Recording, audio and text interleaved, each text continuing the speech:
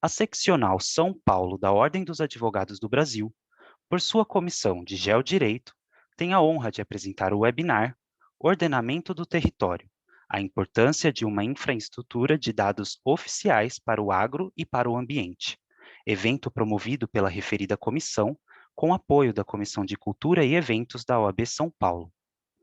Informamos que este evento compactua com os Objetivos de Desenvolvimento Sustentável, um pacto firmado entre a OAB e a ONU.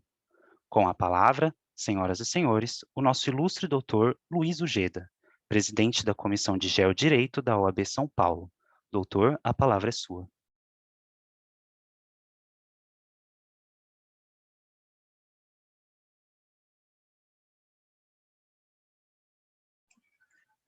Boa tarde a todas, boa tarde a todos.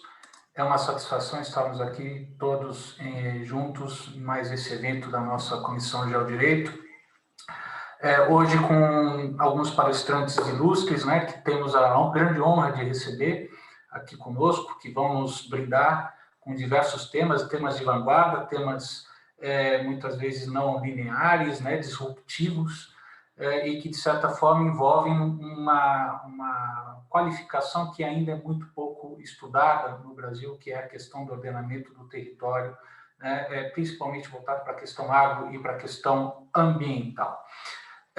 Eu vou passar a palavra ao Marcos Peixoto, que vai fazer toda a condução do nosso webinar, e depois que ele fizer uma rápida apresentação de todos, nós vamos fazer também uma rápida contextualização do que vem a ser esse ordenamento do território nos dias atuais, com uma breve constatação do que está acontecendo no Brasil e no mundo, e a partir de então nós vamos fazer aqui uma rica discussão sobre passos que podemos dar em cima desse tema. Marcos, muito obrigado.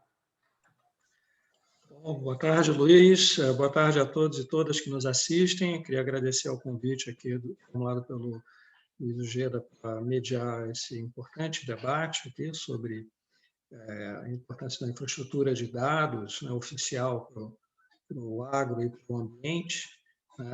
Eu sou consultor legislativo do Senado Federal, na área de Economia e Agricultura, e estou também desenvolvendo uma pesquisa de pós-doutorado, cuja equipe, o Dr. Roberto Olinto e o Luiz Ujeda também fazem parte lá na Universidade Federal de Minas Gerais, voltado justamente para uma reflexão sobre a importância da mudança desse marco regulatório, desse Sistema Nacional de Informações Oficiais, né? Nós teremos aqui na nossa apresentação, no nosso webinar de hoje, né, em primeiro lugar, o Luiz Ujeda, que, como já foi apresentado, presidente da Comissão de Geodireito da OAB São Paulo. Em seguida, falará, então, o Dr. Marcelo Brito, que é presidente da ABAG, Associação Brasileira do Agronegócio. Depois do Marcelo Brito, teremos o Dr. Roberto Olinto, doutor em Engenharia de Produção pela COP, consultor do Departamento de Estatísticas do Fundo Monetário Internacional para Contas Nacionais e pesquisador da FGV, no Instituto Brasileiro de Economia. E, por último, teremos o doutor Adriano Venturieri, que é chefe-geral da Embrapa Amazônia.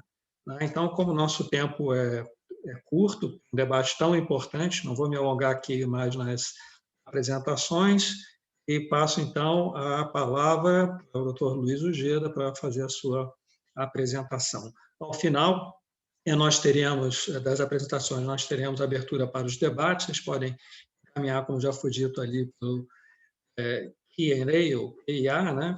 Questões e respostas, na tela aqui do Zoom, e depois, em seguida, então, eu peço que procurem encaminhar as questões para os palestrantes respectivos, depois a gente passa para o debate, depois das apresentações. Luiz, com você a palavra. Muito obrigado, Marcos. Eu já vou, então, compartilhar minha tela. Por favor, me avisem se não estiverem havendo.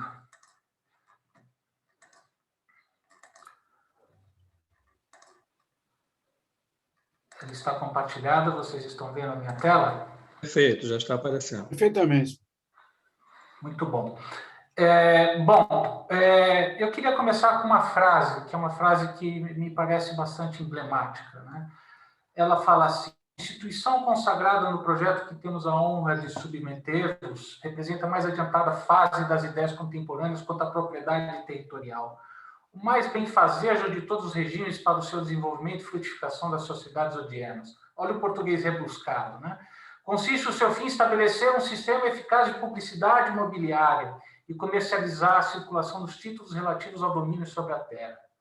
O ideal dos economistas e jurisconsultos seria, no dizer de um publicista italiano, constituir registros públicos, onde fosse fácil e expedita a demonstração da propriedade territorial, bem como a investigação dos direitos reais incidentes à propriedade imóvel, e reunir em um só os vários institutos de publicidade existentes entre nós, a saber, cadastro, registro, hipoteca e transcrição.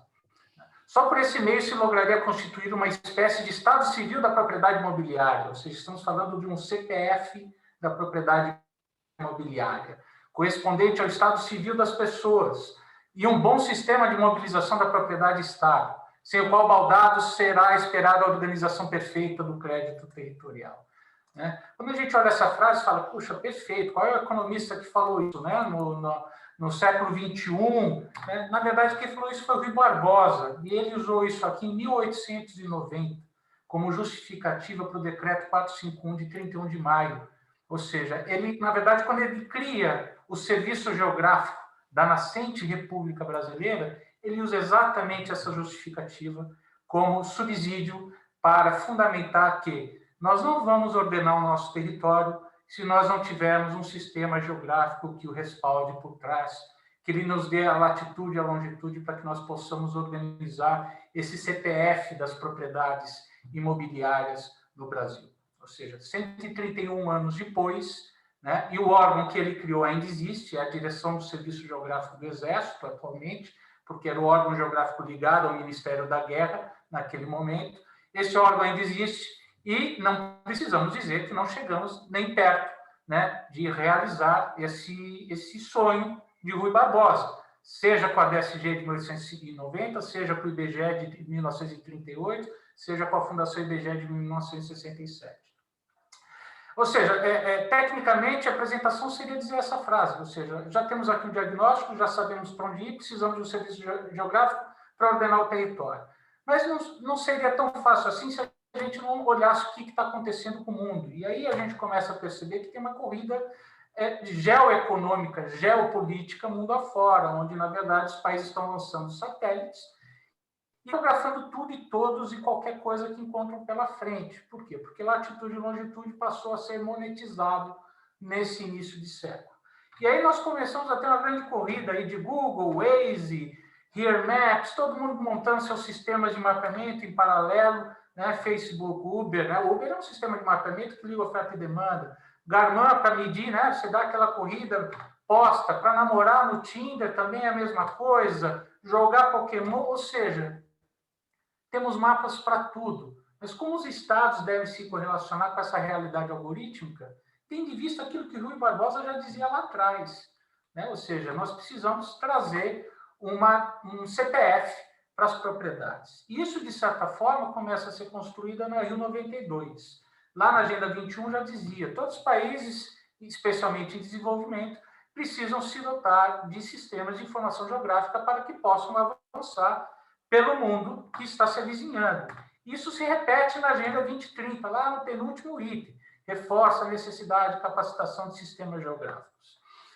Por quê? Porque os Estados Unidos, já em 94, percebeu o seguinte macete, mapeamento, infraestrutura de dados espaciais virou essential facility, né? Ou seja, nós não podemos fazer o mesmo mapa várias vezes, nós temos que fazer um mapa e usá-lo várias vezes, não fazer o mesmo mapa várias vezes e usar uma vez só, né? Ou seja, eles trazem o princípio do monopólio natural, precisamos fazer um mapa uma vez e usá-lo várias vezes, e não o contrário, como era feito até então, ou seja, você usa o mapa, propriedade intelectual, usou, pegou, joga na gaveta.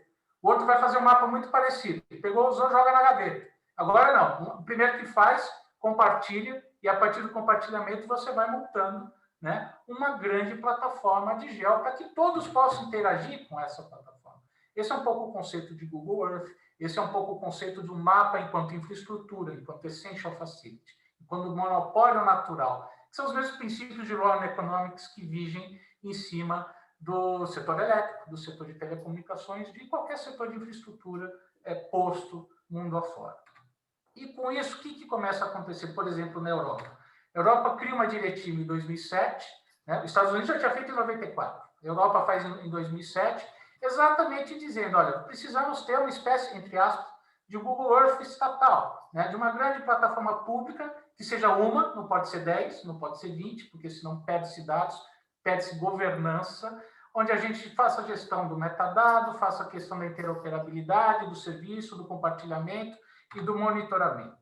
E os países começaram a criar agências reguladoras de cartografia, de geodésia, de cadastro, de geografia, de informação florestal, né? Vários países começaram a se adequar a essa realidade. E aqueles que não se adequaram sofreram ações nos tribunais europeus, exatamente sendo punidos. Ó, precisamos ter uma União Europeia. Para termos uma União Europeia, precisamos padronizar os nossos mapas. Sem isso, não vamos entender melhor as nossas commodities, não vamos entender das cidades inteligentes, não vamos entender das toponímias, né, dos nomes de ruas, não vamos conseguir padronizar o nosso território. A Indonésia é um caso também bastante interessante, ou seja, saindo aqui do núcleo, né, dos países ditos desenvolvidos, vamos pensar num país que tem características até similares com o nosso em muitos quesitos, né? A Indonésia tem uma população até superior à brasileira, é um país tropical, maior arquipélago do mundo, né? 17 mil ilhas. Tsunamis e terremotos praticamente todos os dias, com intensidades diferentes. Por quê? Porque está em cima de algumas falhas geológicas bastante significativas. E uma dessas em 2012, teve uma lá, o primeiro-ministro, né? O presidente, melhor dizendo, pediu um mapa para o ministro o ministro do Meio Ambiente, o ministro da Agricultura, e falou, me traga um mapa para fazer o contingenciamento. Quando ele juntou os mapas não batiam. E aí ele percebeu que ele tinha um problema. Peraí, eu preciso padronizar os meus mapas, senão não tem arquipélago, não tem país. Foi no Banco Mundial, contratou aquilo que se convencionou chamar One Map Policy, política pública do mapa único, e padronizou todos os mapas do arquipélago. Aqui é a foto dele fazendo o lançamento, né, desse sistema em dezembro de 2018, e com isso ele conseguiu criar planos bastante ambiciosos de mudança de capital para o meio da ilha de Bornéu, de valorização das suas commodities, num padrão muito interessante. E, semana retrasada, tinha um processo junto à União Europeia, que eles estavam acusando a Indonésia de não fazer a gestão das florestas, e eles estavam falando, ó, não, nós não somos o Brasil, nós somos a Indonésia, está aqui o nosso sistema de mapeamento, né, está aqui a procedência da nossa produção agrícola, então nós temos como auditar tudo isso. E aqui é o One Nation, One Gateway, One Map Policy, ou seja, eles estão exatamente pegando toda a legislação, padronizando e dando tratamento em camadas, né? Seja para as florestas, para o meio ambiente, para as plantações, para a mineração, para tudo. Ah, mas isso é coisa de país rico ou país grande. Bom, semana passada o Zimbábue lançou a sua agência, né, espacial, junto com uma agência geoespacial, ou seja, eles pegaram o que seria a nossa agência espacial e atribuíram para ela a função de poder regular mapas, exatamente para que o Zimbábue, né, que tem uma grande indústria de mineração, que o suporta, né, tendo exatamente a necessidade de mostrar procedência e também de valorizar as suas commodities internacionais com base num banco de dados robusto, né? Temos também o sistema mexicano, que é muito parecido com o nosso, que o Roberto Nito vai poder explorar melhor, Casa Gemini, estatística com geografia junto, né? Onde lá no artigo 58 fala claramente, o Instituto regulará, né, mediante a expedição de disposições de caráter geral, mapas, dados estatísticos, dando tratamento de infraestrutura para esses setores. Ou seja, chama instituto, mas tem natureza jurídica de agência, né? Tem uma diretoria estável, com mandato, tem orçamento, né? Dá para falar grosso porque é órgão de Estado, não é órgão de governo. Aqui nós tivemos uma entrevista da Colômbia, né? Da Olga Lopes, nos dizendo em entrevista que a Colômbia vai estar totalmente cadastrada até 2025, em escala de pormenor, escala de 1 para 20 mil. Ou seja, incluindo a Amazônia colombiana. Isso também vai ajudá-los a melhorar o preço das commodities, né? Principalmente de café, que rivaliza muito também conosco. Ou seja, quando a gente olha o Brasil e colocamos uma escala de 1 para 100 mil, que é a escala mínima para planejamento, né? Nós tivemos mais ou menos esse mapa, ou seja, que é um mapa feito junto à Universidade de Brasília, ao Centro de Cartografia. A parte verde é onde o Exército mapeou, a parte rosa é onde o IBGE mapeou, laranja, amarelo, Codevasf, Sudene, alguma coisa no estado de São Paulo, que está em branco, não temos mapas oficiais. Né? Ou seja, se quisermos um mapa oficial, vamos ter que ir para o Vale do Silício, para Pequim, para a Europa, vamos ter que ir para Moscou, porque esse mapa não está no Brasil, ou nós vamos comprar esse mapa de forma setorial. Né? Provavelmente o Terraclass, que o Adriano vai nos brindar daqui a pouco, vai ter um mapa dessas áreas, provavelmente o INPE vai ter um mapa dessas áreas, mas nós não temos uma governança, né, que nos diga qual é o mapa de 1 para 100 mil oficial dessas áreas.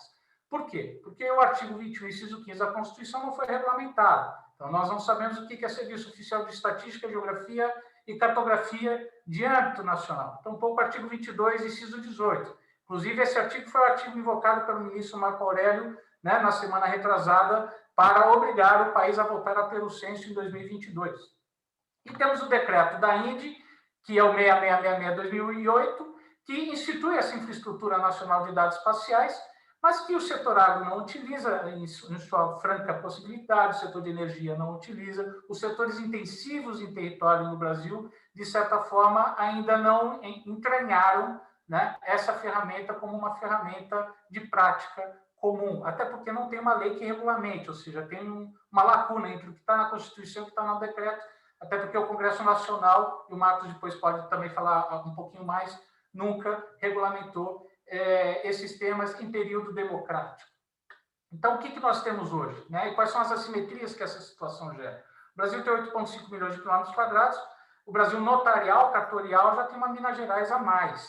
Né? Ou seja, nós começamos a ver as sobreposições de poligonais que não trazem segurança jurídica para os produtores, né? Não trazem segurança jurídica para o controle ambiental do país. Quando nós olhamos o CAR, o Cadastro Ambiental Rural, a última vez que eu olhei, estava em torno de 1,4 milhão de quilômetros quadrados de sobreposição de poligonais.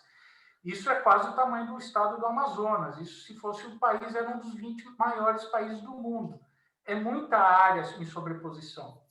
Então, precisamos refletir em como aprimorar essas políticas públicas e, se é possível aprimorar, ou se vamos ter que partir para uma outra premissa.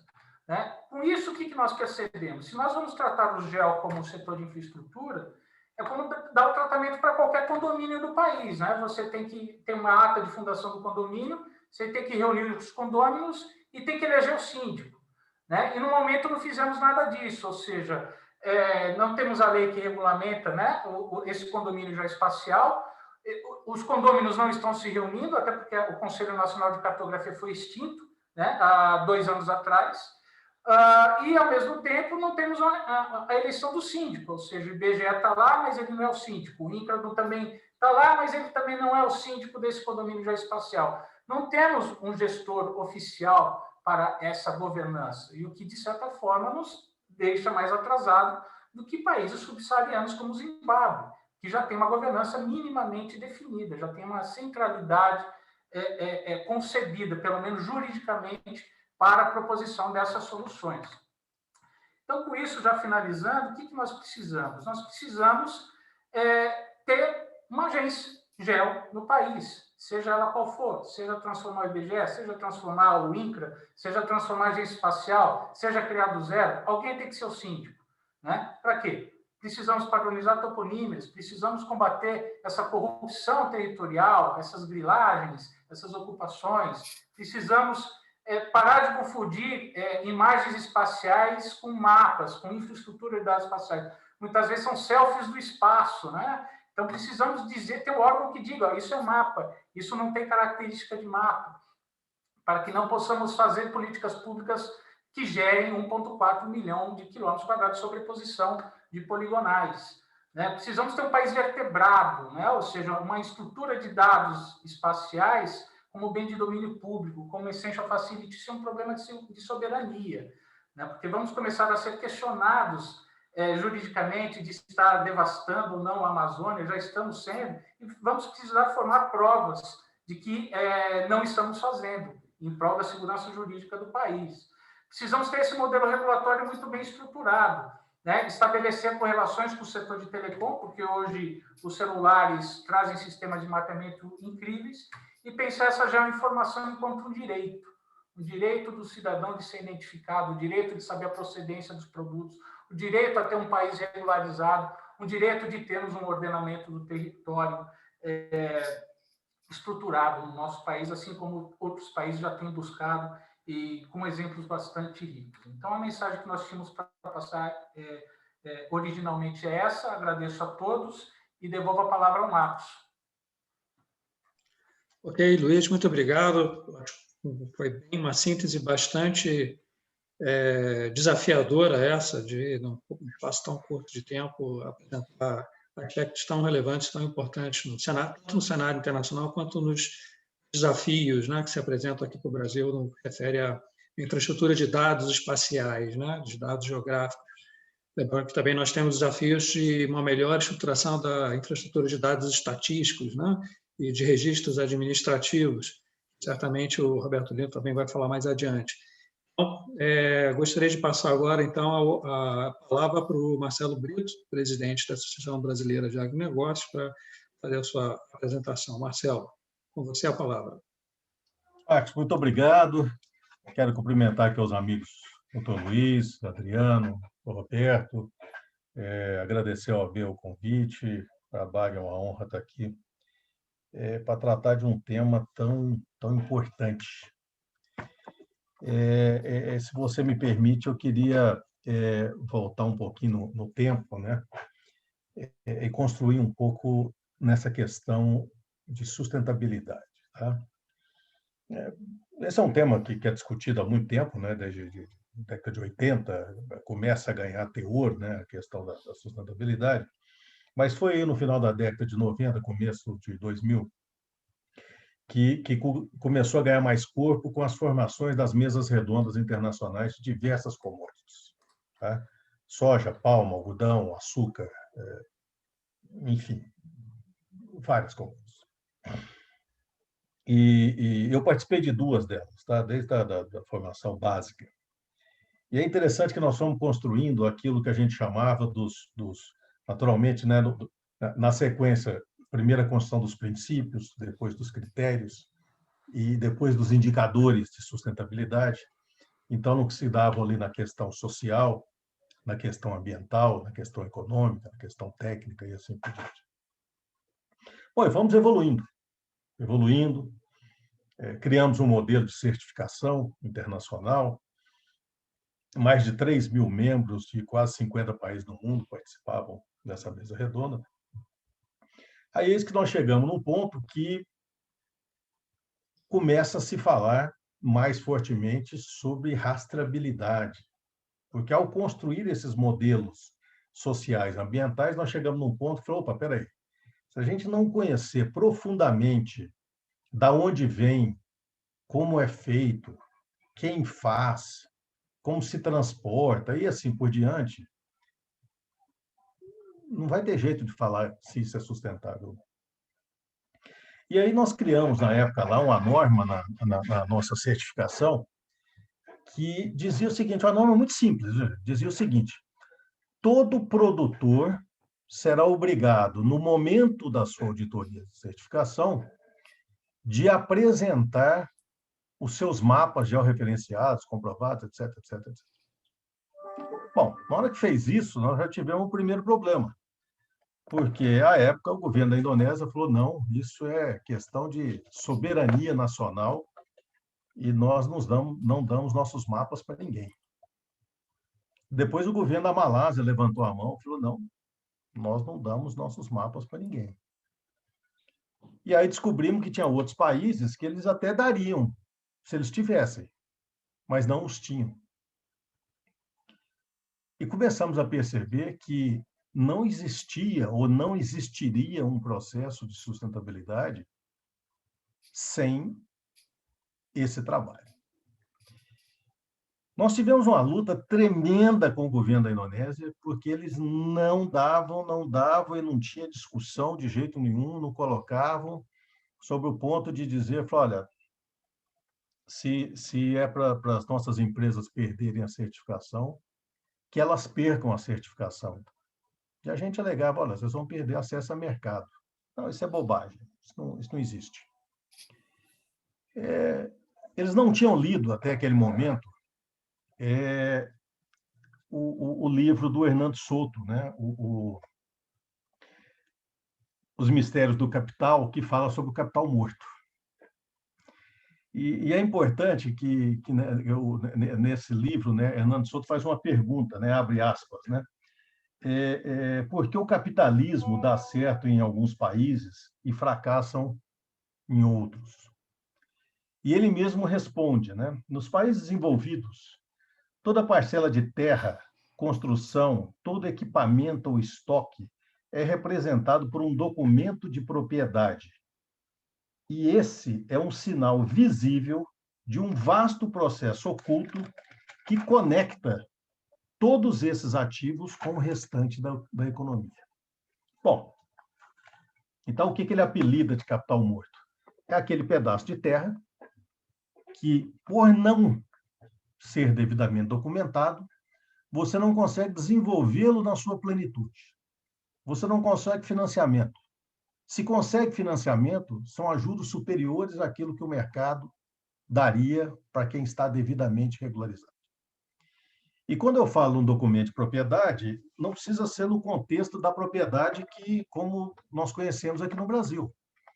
Em vários países que foram colonizados pelos ingleses, você tem o conceito de toda a terra pertencente ao governo e a propriedade é te dada através de um documento de aluguel daquela terra por um X período de tempo. Mas o importante é que você tenha essa propriedade devidamente registrada, porque ela te dará o quê? Ela te dará segurança jurídica. Bom, pois bem, o mundo foi evoluindo e todos esses processos de rastreabilidade foram evoluindo e até então o conceito, ainda vamos dizer aí até 10 anos atrás, o conceito de sustentabilidade ainda era muito arraigado e muito preso na questão do consumidor final. O consumidor final, ele quer saber da onde vem esse produto. Mas esse, na verdade, era uma meia-verdade apenas. Uma meia-verdade porque uma parte dos consumidores querem saber.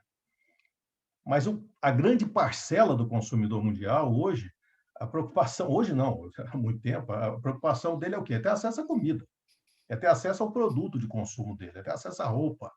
Ele não está preocupado com isso, as condições de vida. Olha o nosso país hoje, nós temos 60 milhões de pessoas aqui no Brasil hoje em insegurança alimentar completa. Você acha que esse pessoal está preocupado com sustentabilidade ou está preocupado com a comida que ele coloca nisso? E eis que surge um movimento muito controlado e muito bem executado, que em vez da falta de concretude do nome sustentabilidade, né, porque você consegue encaixar ali todos os seus critérios, princípios, indicadores, etc., etc., apareceu o que já existia há muito tempo, mas ele foi transformado, o conceito de ESG, né, que na sigla em inglês significa meio ambiente, sociedade e governança.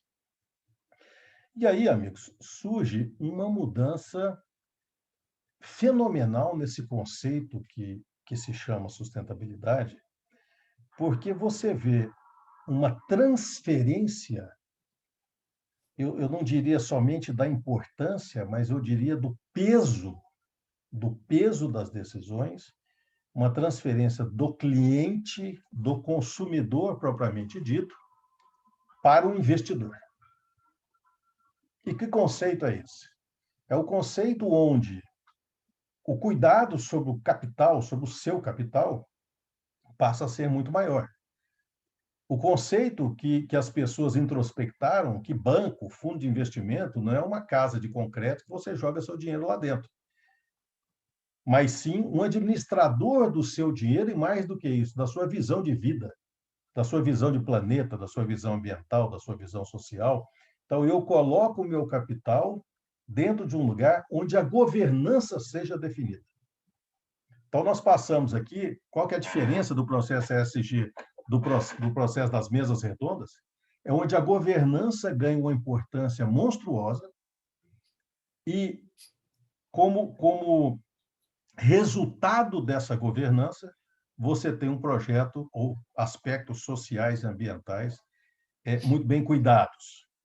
Bom, o que acontece? Quando o investimento ganha essa importância, quando o investidor ganha essa importância, muitas empresas e muitos países não perceberam que, quando eles estavam perdendo clientes, o seu investidor já tinha ido embora há muito tempo.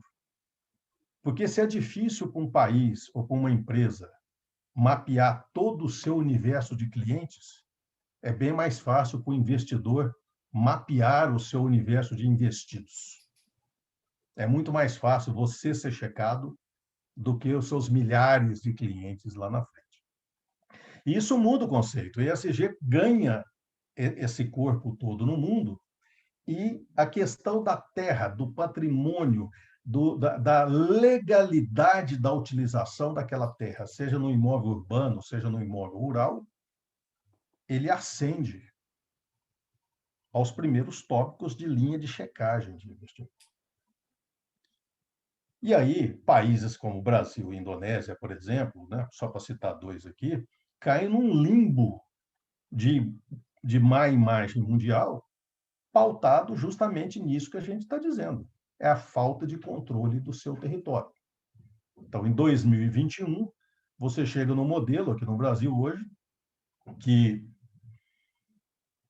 70% das propriedades rurais brasileiras tem de 1 a 50 hectares, e, ao mesmo tempo, você tem um espaço quase do tamanho de uma Alemanha, que ninguém sabe quem é dono dele.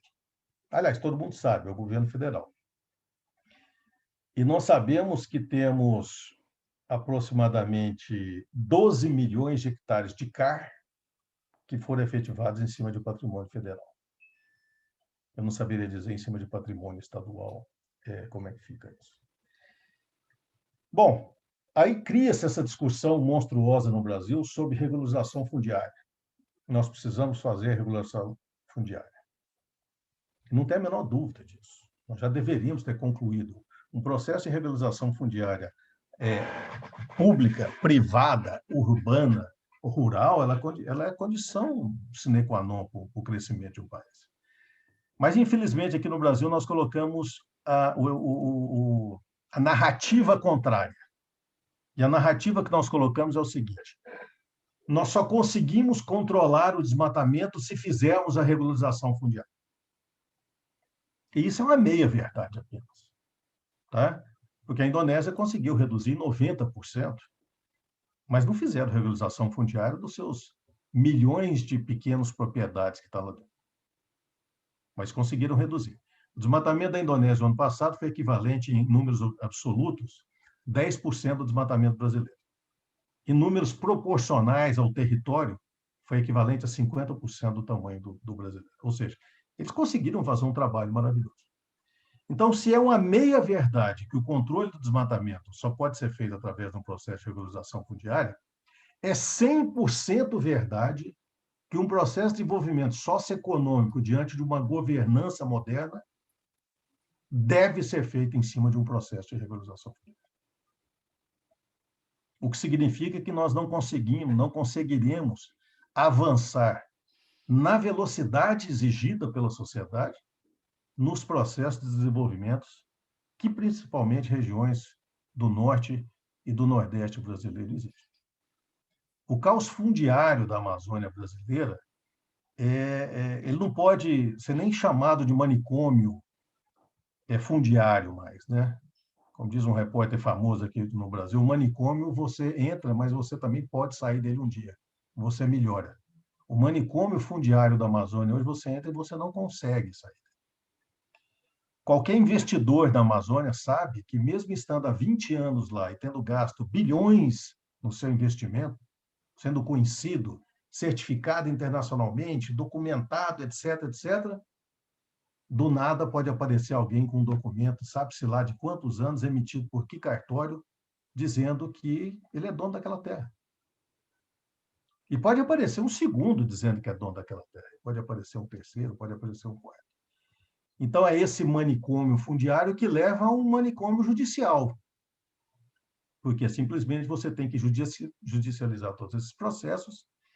Eu participei de alguns, em uma empresa que eu liderei durante muito tempo, e eu fui embora 12 anos depois que eu dei início a um processo, e ele está na primeira instância ainda, depois de 12 anos. Então, não dá para se desenvolver um país dessa forma. E é lamentável que a gente traga exemplos hoje de países como a Indonésia, por exemplo, que estão conseguindo fazer um ordenamento territorial de forma mais satisfatória em termos de desenvolvimento do que nós. E nós aqui estamos discutindo, por exemplo, agora no processo de regularização do CAR, finalmente nós vamos começar a evoluir em um teste no Amapá, para a gente medir todos os erros e acertos, e dando certo a gente extrapola para outros estados. Mas, ao mesmo tempo, a gente quer pegar uma tecnologia e criar uma lei para regularizar tudo em cima dessa tecnologia, como se fosse simplesmente dar um enter no computador. E fazer mapa não é você olhar para o mapa, mas você saber entender o que tem dentro daquele mapa e como ele é composto.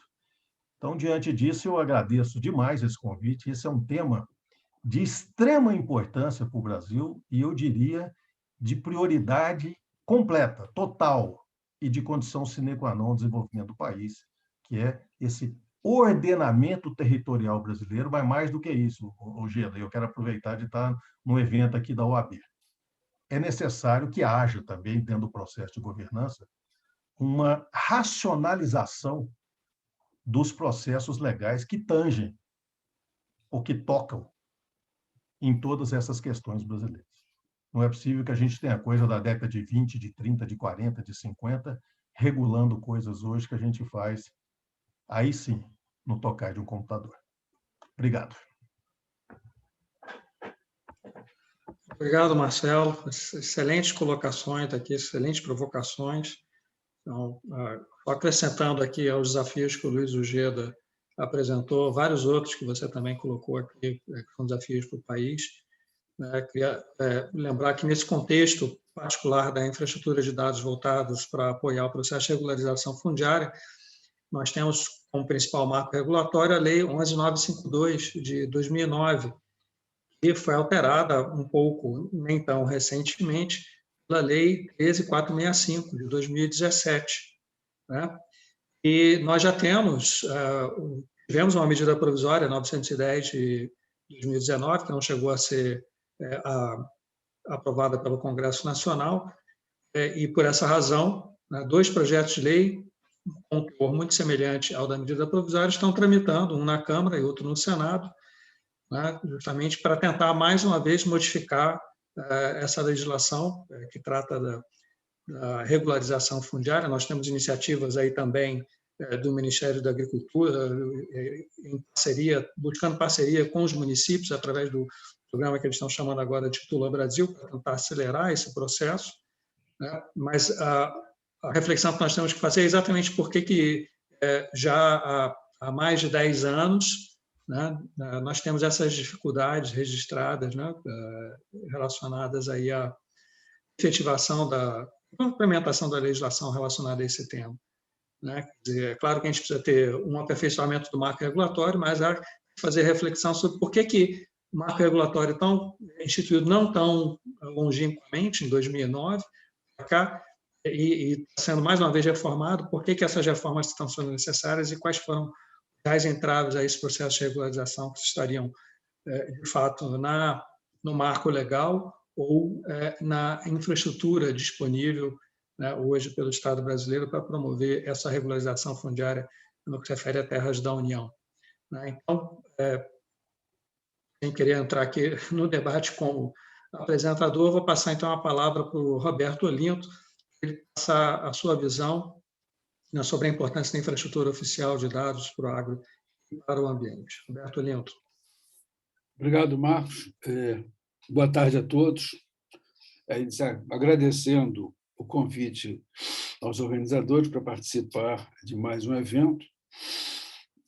onde a gente tem sistematicamente tocado em vários desses tópicos. Antes de mais nada, eu me desculpo que o meu viés é sempre mais estatístico do que geoinformação. Então, apesar de ter trabalhado com gestão de estatística já há muito tempo.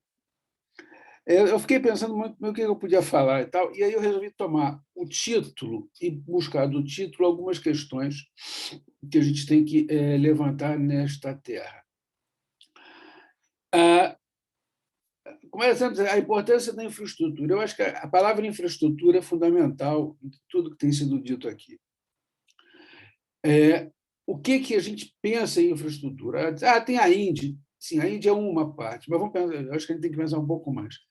O que está acontecendo no Brasil nos últimos anos, visando uma organização de uma infraestrutura ou de uma estrutura ou de um sistema nacional de informações no sentido geográficas, geodésicas, estatística econômica, social, demográfica. Então, o que acontece nessa terra? E isso é uma discussão que nós vimos discutindo e tentando trazer há muito tempo, ou seja, o Geda, eu, o Marcos e outras pessoas envolvidas nisso. Eu brinco dizendo que o Brasil é uma espécie de capitania hereditária da informação. Isso eu repito sistematicamente. No seguinte, você tem proprietários de áreas, e esses proprietários de áreas se dão o direito de se manterem independentes dos outros proprietários. Aquela área dele, ele usufrui alguma coisa com aquela base de dados e vive a vida assim.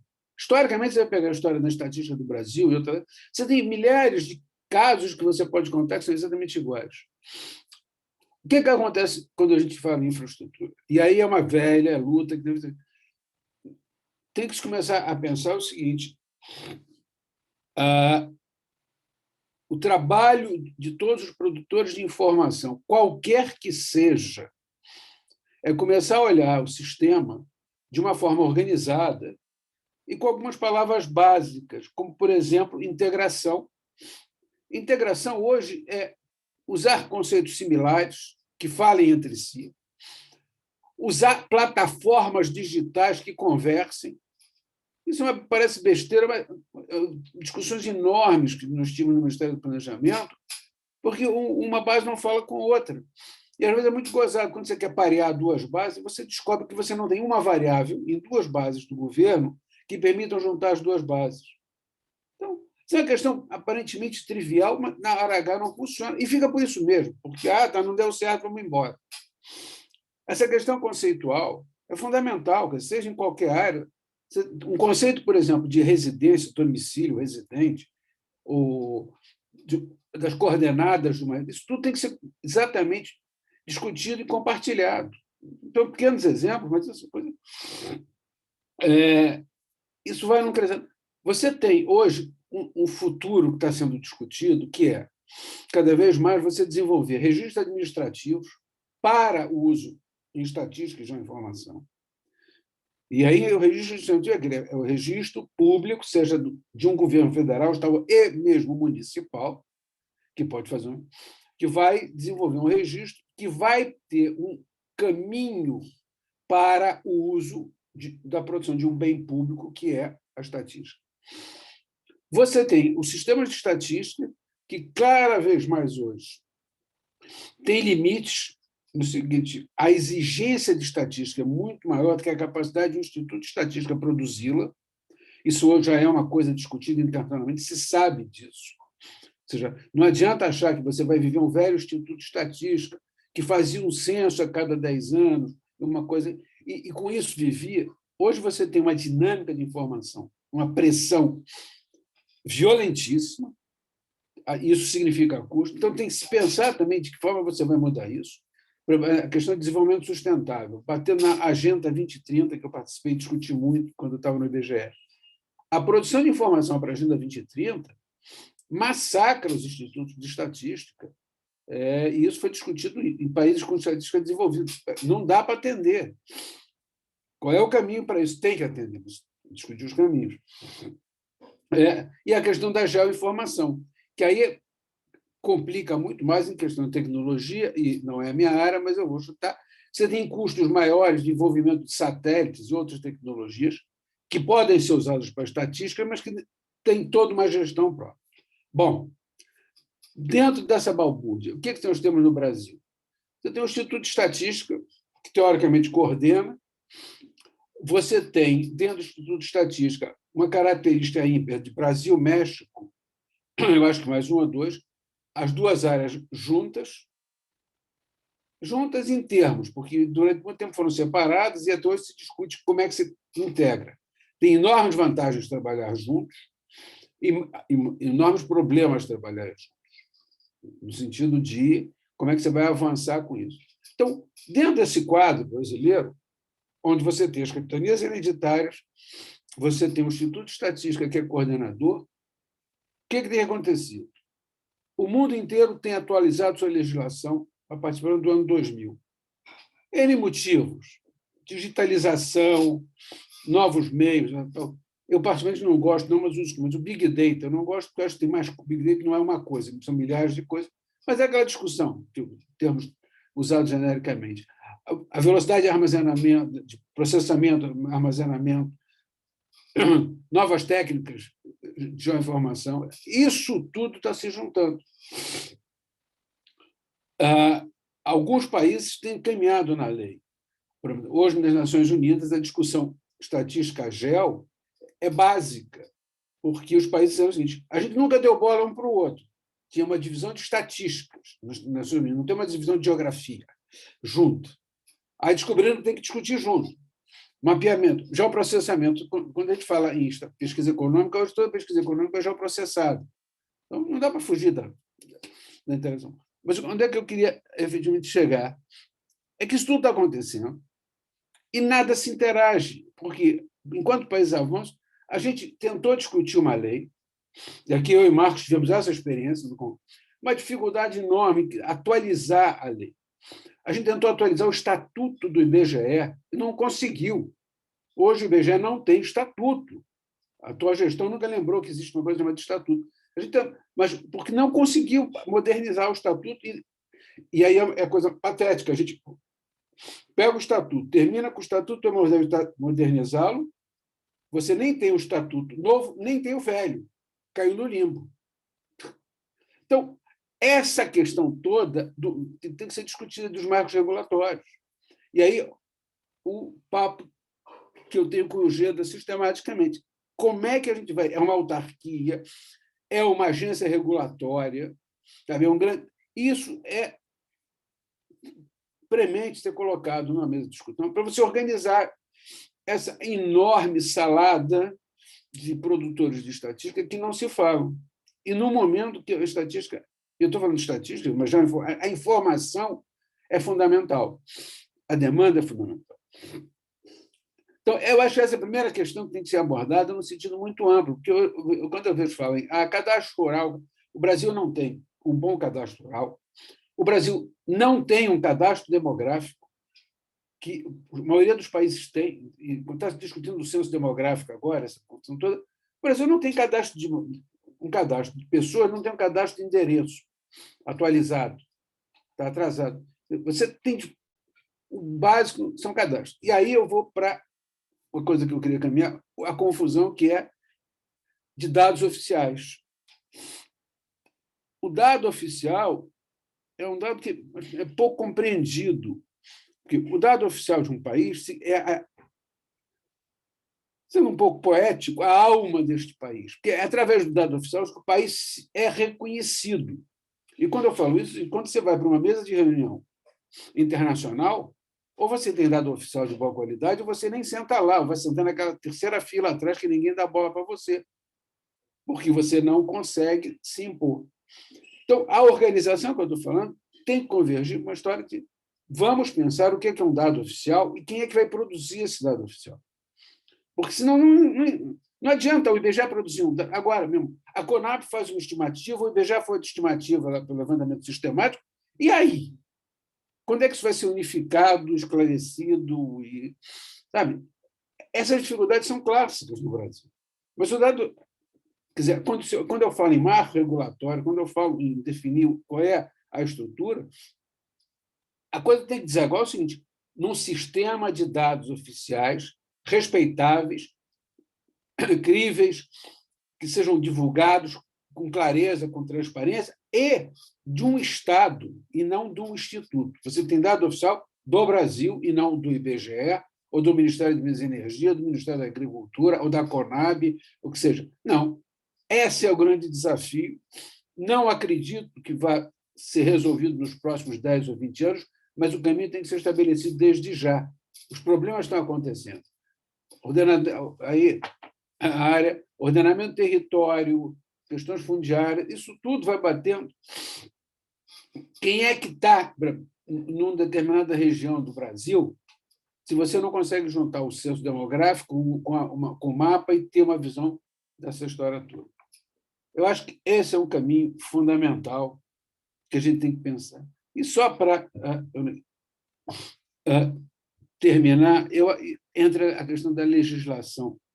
Eu acho isso, quer dizer, uma coisa que eu conto meio como piada, porque é a vivência num país onde você tem problemas sistemáticos. Eu, atualmente, particularmente, estou profundamente deprimido com essa história do IBGE e ao Supremo Tribunal Federal para você ter que decidir se faz ou não faz um censo. Mas isso não é a primeira vez. Hein? Ano passado, inventaram uma medida provisória. Essa questão cada vez mais é pouco compreendida, e eu acho que, por isso, essa questão de autoridade e marca é fundamental. Historinha, só para entender um pouco essa questão. Como estudo de casos. Um dia, o deputado Otávio Leite inventou, e o IBGE não foi consultado, uma história de PIB verde. O Brasil tinha que calcular o PIB verde. Quando o IBGE soube, esse decreto já estava pronto, não podia ser modificado, e fazia uma série de coisas que eram absolutamente impossíveis de serem feitas, para não dizer que eram grandes besteiras, além de já estarem as coisas boas dentro da agenda de estatística do Brasil. Frigir dos ovos, conseguiu se mexer um pouco e saiu um decreto que estabelece o PIB verde do Brasil, com ordens que o IBGE tem que produzir. Duas consequências disso. O decreto não vai ser seguido porque não tem base técnica e não vai ser seguido porque ninguém deu bola para ele morreu. Mas aí a questão, a interferência de um determinado deputado sobre a agenda estatística sem nenhuma discussão. E por quê? Porque não tem regulação, porque não tem uma autoridade que possa decidir por isso. Outro exemplo. Ano passado, na preparação do censo, ano passado,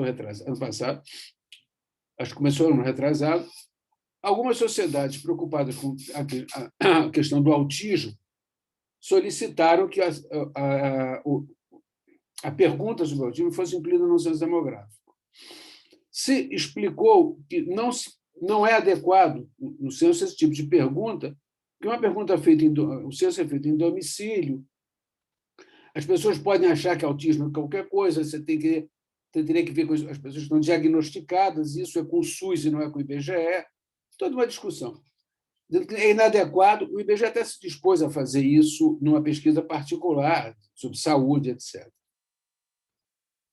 A associação forte, tinham, na época, um animador de auditório também forte, Marcos Mion, que tinha um filho autista e tal, teve uma participação até muito bonita, obrigou o IBGE a botar no censo demográfico, ordem do presidente da República, uma pergunta sobre autismo.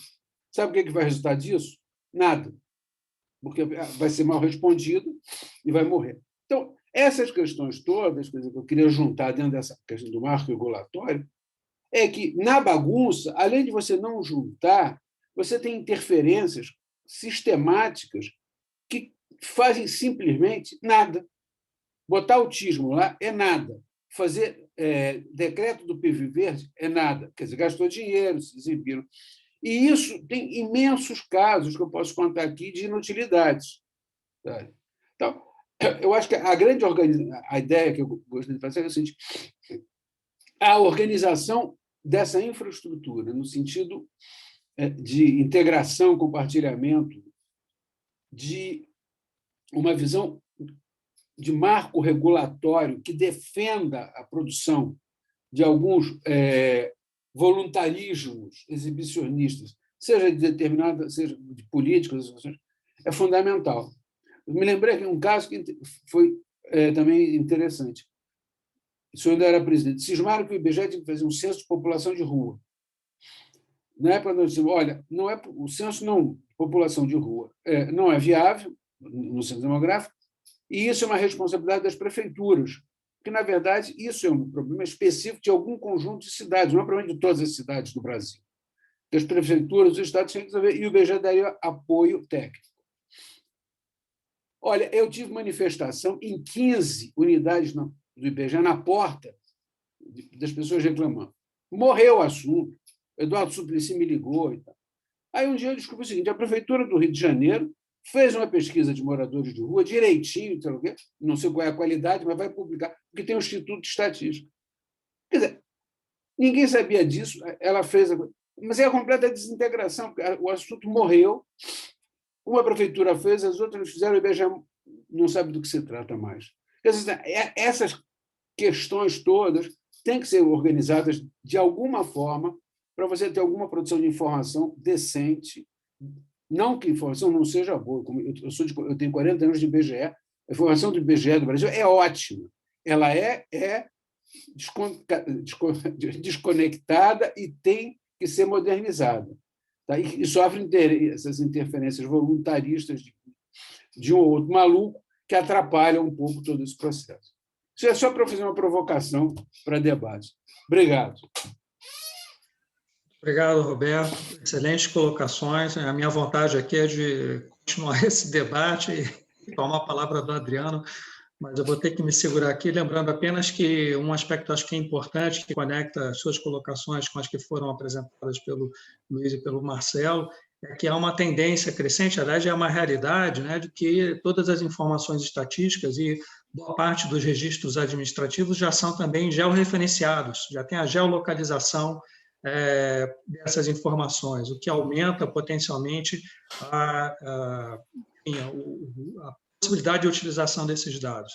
Aproveitando aqui que o Adriano já está compartilhando aqui a sua tela, vou passar para ele a palavra, lembrando que o chat Q e A ali embaixo no Zoom está disponível para quem quiser encaminhar as perguntas, de preferência indicando para qual palestrante querem encaminhar a pergunta. Adriano, então, com você a palavra, Adriano. Obrigado, Marcos. Também quero agradecer inicialmente a organização pelo convite, e talvez eu faça uma abordagem um pouco diferente dos demais e, na verdade, enfocar um pouco o que nós já fazemos aqui na Amazônia, tão falada, né? E tão difamada também ao mesmo tempo, né? Um pouco de tudo, falada, mal falada, difamada, enfim. Mas eu vou trazer algumas experiências nossas aqui, algumas reflexões também sobre essa questão do ordenamento territorial, sobre a Amazônia. É importante, quando a gente sempre discute sobre a nossa região, quando a gente joga, e aí sempre tem os mapinhas também, né? Nossos mapas, quando a gente vê a imensidão da Amazônia, muita gente talvez não tenha noção da imensidão. E aí sempre aquela pergunta também, toda a Amazônia... Então, eu costumo dizer sempre, e eu copio um geógrafo, acho que era, eu esqueço o nome dele agora, ele fala que existe muitas Amazônias dentro da Amazônia, tá? E a gente não pode ver a Amazônia como uma paisagem única, né? E hoje em dia, muito menos, a gente não pode pensar em política pública, em ordenamento para toda a região. Hoje nós temos uma Amazônia florestada e temos 20%, talvez, nessa faixa de Amazônia que já foi desflorestada. Então, por que a gente não pensa fazer justamente um trabalho em cima do que já foi desflorestado? Vamos trabalhar em cima dessa área que é imensa, para que a gente possa trabalhar, para que a gente possa começar a ver.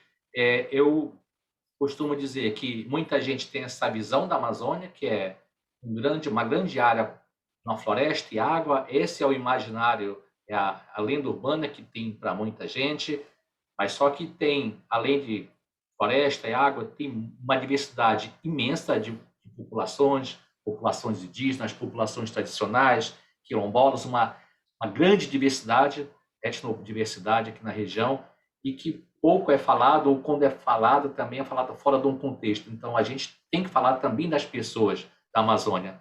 Fora, claro, as cidades que aqui existem, nós somos mais de 25 milhões de habitantes na Amazônia, grandes cidades, Belém, Manaus, Porto Velho, enfim, grandes cidades que estão aqui na região. E essa questão de ordenamento, eu acho interessante, cada dia eu acho mais atual essa figurinha que eu usei há 8 anos atrás, numa apresentação, e eu acho que a gente também continua vivendo muito no país das maravilhas, sabe? Porque quando a gente fala parece que aqui tudo está uma maravilha, né?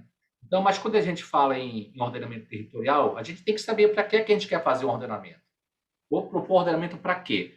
Então, se a gente quiser fazer um ordenamento por ordenamento, qualquer trabalho tá bom. Então, a gente tem que saber o caminho que a gente quer. Nós queremos ordenamento para ter uma produção sustentável, para que a Amazônia seja reconhecida como uma região que faz uma produção baseada na ciência, na tecnologia, que respeita toda a parte dos ecossistemas. É isso que a gente quer fazer. Então, a gente tem que pensar no ordenamento que respeite, que utilize que essas tecnologias para que a gente possa ter uma proposta de fato de ordenamento, né, baseado nesses critérios, para que a gente tenha uma ferramenta que dê apoio à nossa decisão. Então, quando eu falo em ordenar, eu falo em arrumar, em organizar, eu pego coisas que teoricamente estão fora de ordem e vou ordenando de acordo com algum critério. Então, se eu tenho um critério vai ser da sustentabilidade, eu tenho que buscar informações que possam basear aquele grupo, aquela instituição, a fazer uma proposta de ordenamento visando uma produção sustentável da Amazônia. Claro que você vai definir os seus critérios, suas escalas, que é muito importante, foi falado aqui, a questão de escalas de produtos. Você não pode usar, muitas vezes, um mapa de 1 para 1 milhão, 1 para 5 milhões, para fazer um estudo de uma propriedade ou do município. Então, a questão importante também, que já foi falado aqui, são as diferentes escalas de mapas que são produzidos, que muitas pessoas, às vezes, insistem em comparar um dado que é feito uma precisão de um GPS geodésico com um mapa de 1 para 1 milhão para 5 milhões. Isso nunca vai acontecer. E a gente vê muita sobreposição. Aqui o Pará costumam dizer que tem 5 andares de território, né? Para ver essa bagunça territorial, o Marcelo conhece muito bem como isso é aqui na região. Tá? Então, a partir desses critérios que a gente tem, que eu falo, que a gente pode pensar nesse ordenamento territorial. Vamos fazer um ordenamento baseado nesses critérios para que a gente possa realmente desenvolver os territórios, levando em consideração o seu potencial natural, o seu potencial social, enfim, vamos fazer esse ordenamento buscando para dar esse apoio. Então, assim, eu trago aqui, por exemplo, uma proposta de ordenamento territorial de gestão por exemplo, da palma de óleo, que é bem conhecido. Então, foi feito um trabalho de ordenamento, né? Qual foi o critério? Vamos utilizar as áreas que foram desflorestadas até 2008, vamos utilizar como critério o clima favorável à palma e vamos utilizar como critério também os solos. Então, quando você combina tudo isso, você gera uma ferramenta, que é um mapa, que é um zoneamento agroecológico para a cultura da palma. Então, isso é um dado oficial que vai nortear a expansão da cadeia de palma de óleo no Brasil e na Amazônia. Então, você tem um critério, você tem os objetivos e você sabe muito bem claramente para que vai servir aquela ferramenta. Tá? Da mesma forma que você também pode ter, nós já trabalhamos um pouco numa proposta de gestão do território para a Amazônia Legal. Então, esses são critérios que foram conversados, definidos e discutidos, que apoiam a tomada de decisão, apoiam a elaboração de políticas. Então, são instrumentos oficiais que vão ser utilizados. Também, nós podemos trabalhar de uma forma mais regionalizada, não precisa ser claro para toda a Amazônia, você pode trabalhar em parte de uma região, aqui na BR-163, no Pará, assim como também em microbacias, em bacias, e também até em parte de um território, por exemplo. Então, e chegando, claro, até no nível da propriedade. Então, todos nós precisamos ter informações, informações básicas para fazer o nosso planejamento. E aí que tem diversas escalas, diversos produtos de sensoramento remoto, diversas escalas de trabalho, e nós não podemos jamais utilizar dados de escalas incompatíveis para jogar numa mesma base. Isso vai gerar muito problema, principalmente essa questão de sobreposição de desvios. Imagina Por exemplo, se um produtor que tem uma área aí, ou uma empresa com uma propriedade, sei lá, de 2.000 metros de comprimento, se ele tem o vizinho, se ele erra, se no mapa ele fez um levantamento com geodésico e ele pega um mapa 1 para 500 mil. Aí, se ele vai pegar 1 centímetro, 2, imagina o erro que vai ter ali de sobreposição, ele pode até ser multado, por exemplo, se usar um dado errado.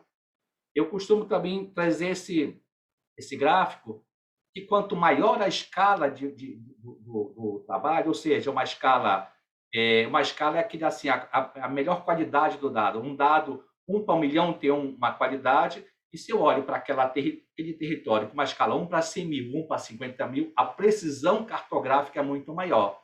Então, eu entendo que quanto maior a escala adotada no levantamento, vai ser muito mais eficiente a tomada de decisão, planejamento para aquele planejamento regional. Então, agora, esse que é o grande problema. Já foi falado aqui que nós temos nas nossas bases, o Luiz apresentou, o nosso mapeamento, a nossa cartografia já é um problema. Temos vazios cartográficos. Imagina o levantamento de outras variáveis, como eu vou apresentar mais na frente. E aí a gente fala muito, não, vamos trabalhar com sensoramento remoto, como utilizar satélite, fosse coisas do ano passado. Então, eu trouxe aqui o primeiro trabalho publicado pelo INPE, de 78, né? É um colega nosso, Tardinho, tive a honra de conhecer o Tardinho, que fez o primeiro trabalho no INPE, em termos de Amazônia, foi publicado esse relatório em 79, e já fazia, já naquele momento, que deu origem justamente ao nosso programa de desmatamento da Amazônia Legal, o famoso PRODES, né? Então, essa tecnologia de usar satélite, ela não é de hoje, ela é muito antiga para a gente, antiga no sentido de utilizar. É claro que ela vem evoluindo e muito ao longo dos anos. Então, a evolução é impressionante, realmente, desses produtos, desses satélites que estão sendo colocados aí. Agora, somente, como já foi falado aqui também, olha, a imagem não fala nada. Você tem que interpretar o que tem que contém naquela imagem, extrair a informação correta. Esse que é o grande desafio. Hoje em dia, o problema não está mais na quantidade de dados, está na interpretação desses dados que são gerados, que é muito grande. Tá? E aí o PRODE mostra esse tipo de informação na Amazônia. Áreas desmatadas, esses absurdos de desmatamento que a gente observa, e o PRODE vê isso, o corte raso, ou seja, quando era uma floresta e houve corte raso. E aí o que acontece? O INPE vê esse dado, que é um dado que é gerado para toda a Amazônia, abrangência regional, e ele faz justamente, ele pinta de amarelo, como a gente costuma dizer, essas áreas desmatadas. Só que o mundo evoluiu também. Então, hoje, as pessoas não querem saber, a sociedade internacional também não quer mais saber só o que desmatou e o que não desmatou. Então, é claro que essas taxas de desmatamento, elas vão flutuando ao longo do tempo, a gente observa que houve uma grande redução do desmatamento e agora já começa a ter uma tendência, nesses últimos anos já tem uma tendência de alta desse número. Tá? E aí o que acontece? O que aconteceu? O INPE e a Embrapa são dois órgãos, duas instituições federais, se juntaram justamente para responder uma pergunta. O que acontece depois que acontece, o que é que vira depois do desflorestamento? Ou seja, aquela área vai servir para quê? Existia muito achismo na Amazônia. Tá? Então, as pessoas diziam que o desmatamento todo era soja, ou tudo virava pastagem, só que as pessoas trabalhavam num território específico, no município, numa microbacia, extrapolavam aqueles dados. Como eu digo, existem muitas Amazônias na Amazônia. Uma coisa é o sudeste paraense, sul do Pará, Rondônia, Acre. Então, cada Amazônia, cada território tem a sua realidade. Então, o projeto Terra Class, quando ele surgiu para tirar aquele pano, aquele tapete amarelo e mostrar a realidade embaixo daquele tapete. O que aconteceu depois que desmatou? Tá? Então, esse é o trabalho que nós começamos a fazer para a Amazônia em 2008. Né? Isso veio uma cobrança, então nós começamos a trabalhar. O primeiro relatório foi publicado em 2011. Tá? E aí surgiram muitas informações que não se tinha da Amazônia. Tá? Então, além da que tudo virava soja, que tudo virava pastagem, ela começou a cair por terra naquele momento, porque nós começamos a quantificar o que acontecia. Então, nós fizemos 2004 até 2014, e esse é um dado oficial. Aí, por que nós paramos em 2014? Porque nós não conseguimos mais recursos para manter esse projeto. Tá? Então, um projeto que ele apresenta essa evolução que não existe hoje, né, o dado oficial. O projeto hoje, o dado oficial hoje é de uma ONG que produz um dado, mas não é o dado oficial. Felizmente, agora, nós começamos já estamos organizando as equipes e vamos retomar o Terraclass agora, a partir de junho, julho, vamos retomar e voltar a fazer 2018, depois 2020 e também 2016. A gente faz a cada 2 anos, devido à própria dinâmica que nós entendemos que é importante fazer essa dinâmica pelo menos a cada 2 anos. Mas esse é o exemplo da informação que foi parada. A ausência desse dado oficial ela é muito grave nesse sentido do planejamento. Tá? Como eu falei, desde a época do Radan, e aí o Roberto deve conhecer muito bem, né, Roberto? O Radan foi um trabalho maravilhoso que foi feito na década de 70. Foi um grande levantamento que nós tivemos na Amazônia, no Brasil, claro, mas na Amazônia, e hoje, até hoje muita gente ainda utiliza o dado do Radan.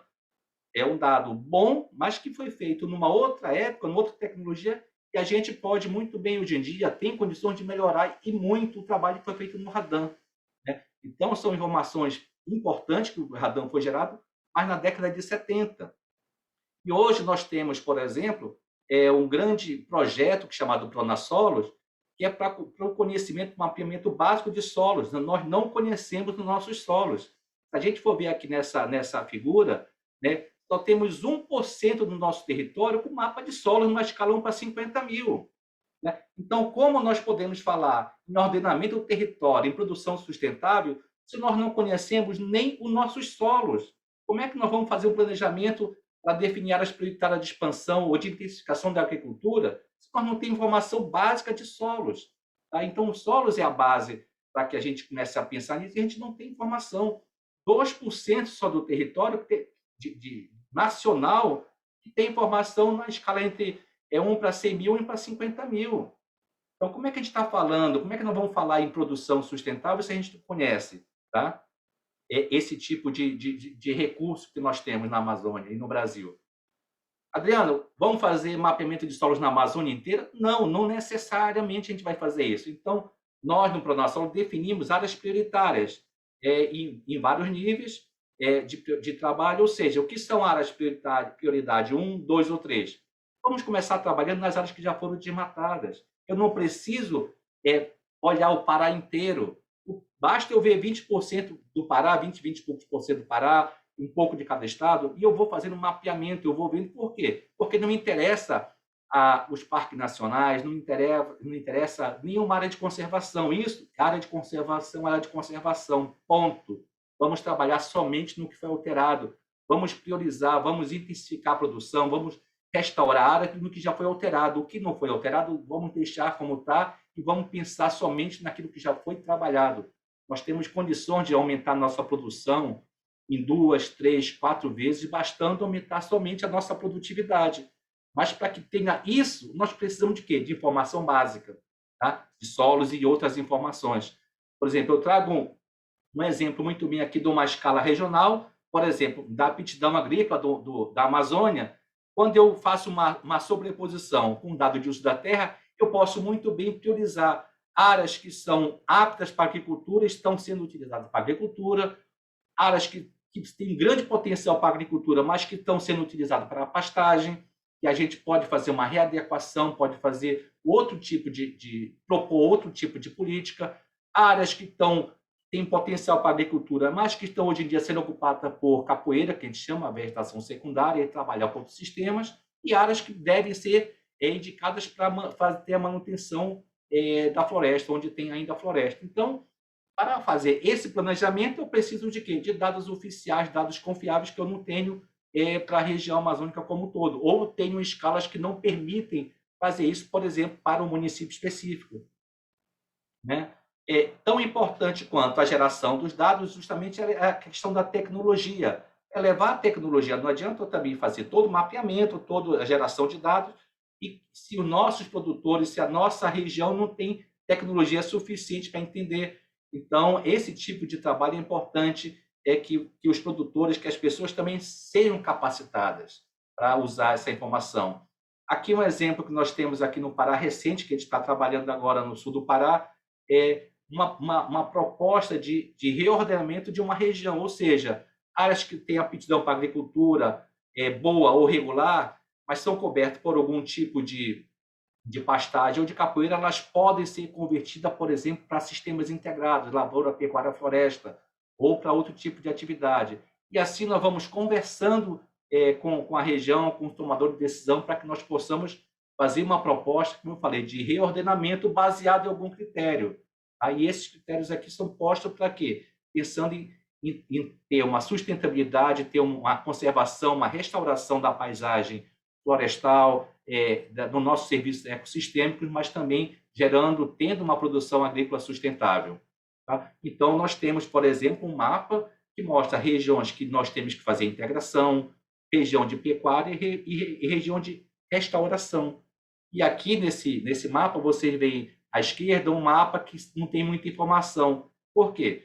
Porque, primeiro, que é uma área de proteção ambiental e, segundo, não tem informação daquela região de aptidão agrícola, por exemplo, ou de outro tema. Então, quando nós não temos dados, nós fazemos um voo cego, ou seja, não temos a informação suficiente. É claro que tudo isso a gente trabalha de forma integrada, e aí vem o que o Roberto já falou, que já foi falado aqui, trazer tecnologia, trazer a geoinformação cada vez mais para o agronegócio, para o campo, para o nosso trabalho, porque a gente consegue agregar diversas informações, diversas plataformas, imagens, cada vez mais são utilizadas em sistemas de monitoramento da propriedade. Trabalhamos, como falei, em diversas escalas de trabalhos, que é muito importante. Então, trabalhamos para a região amazônica, mas também podemos trabalhar com uma bacia hidrográfica definida, gerar paisagens produtivas municipais baseados também nos critérios de sustentabilidade. E aí também podemos fazer isso também para cada município. Mas para que nós possamos gerar essa informação, precisamos do dado básico, que são os dados de solo, os dados de clima, enfim, dados de socioeconomia, para que nós possamos fazer um planejamento. Então, essa ausência desses dados ela é extremamente prejudicial à questão da conservação ambiental e também do agronegócio. Então, precisamos ter conhecimento do nosso território para que nós possamos pensar em fazer um planejamento. É importante que todos esses dados eles estejam disponíveis de forma gratuita para todos. Tá? Então, não adianta nós termos uma base de dados imensa se ela não é utilizada. Então, essa base ela tem que ser única e tem que ser disponível a todos. E aqui um exemplo nosso, que nós temos uma base de dados da Embrapa, com os dados de zoneamento da Amazônia. Então, quando fala em zoneamento ecológico e econômico, essa plataforma da Embrapa ela tem todas as informações que hoje estão disponíveis. Porque eu já vi casos de governo que, quando muda o governo, tira do ar o site do zoneamento, tira do ar alguma informação, e aí nós temos uma base independente da Embrapa que contém todas as informações. Isso deveria estar disponível para todos os temas, como foi falado aqui. Então, eu posso baixar, eu posso ter acesso, posso ter armazenado em alguma instituição todos os dados, porque acontece muito isso que o Roberto falou, eu acho que foi o Roberto, você vai buscar informações, elas não batem uma com a outra, porque são instituições diferentes que fizeram, são escalas diferentes que foram feitas, você não pode comparar uma drenagem de 1 para 1 milhão com uma drenagem municipal, uma escala 1 para 100 mil para 50 mil.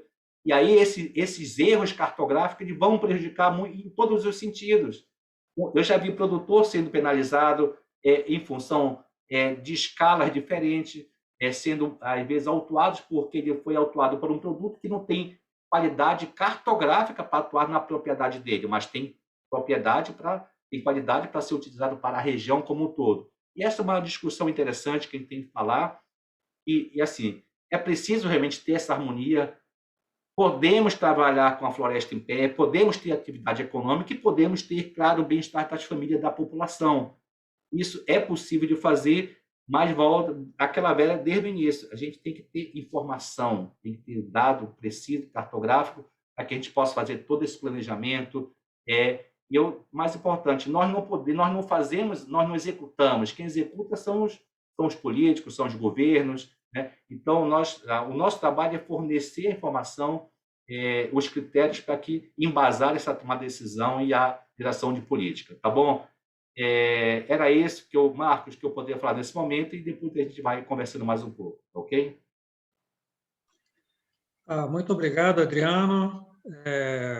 Uma apresentação muito rica em imagens e dados e informações, mostrando aqui todos os recursos que nós temos potencialmente utilizáveis, né, para fazer análise e planejamento, né, da ocupação produtiva e sustentável do nosso território, particularmente aí no caso da Amazônia, mas acho que essas ferramentas valem também para todos os demais biomas brasileiros, né, que nós temos também desafios enormes, não só relacionados à preservação e ocupação socioeconômica e produtiva da Amazônia, mas também a preservação dos demais biomas, né?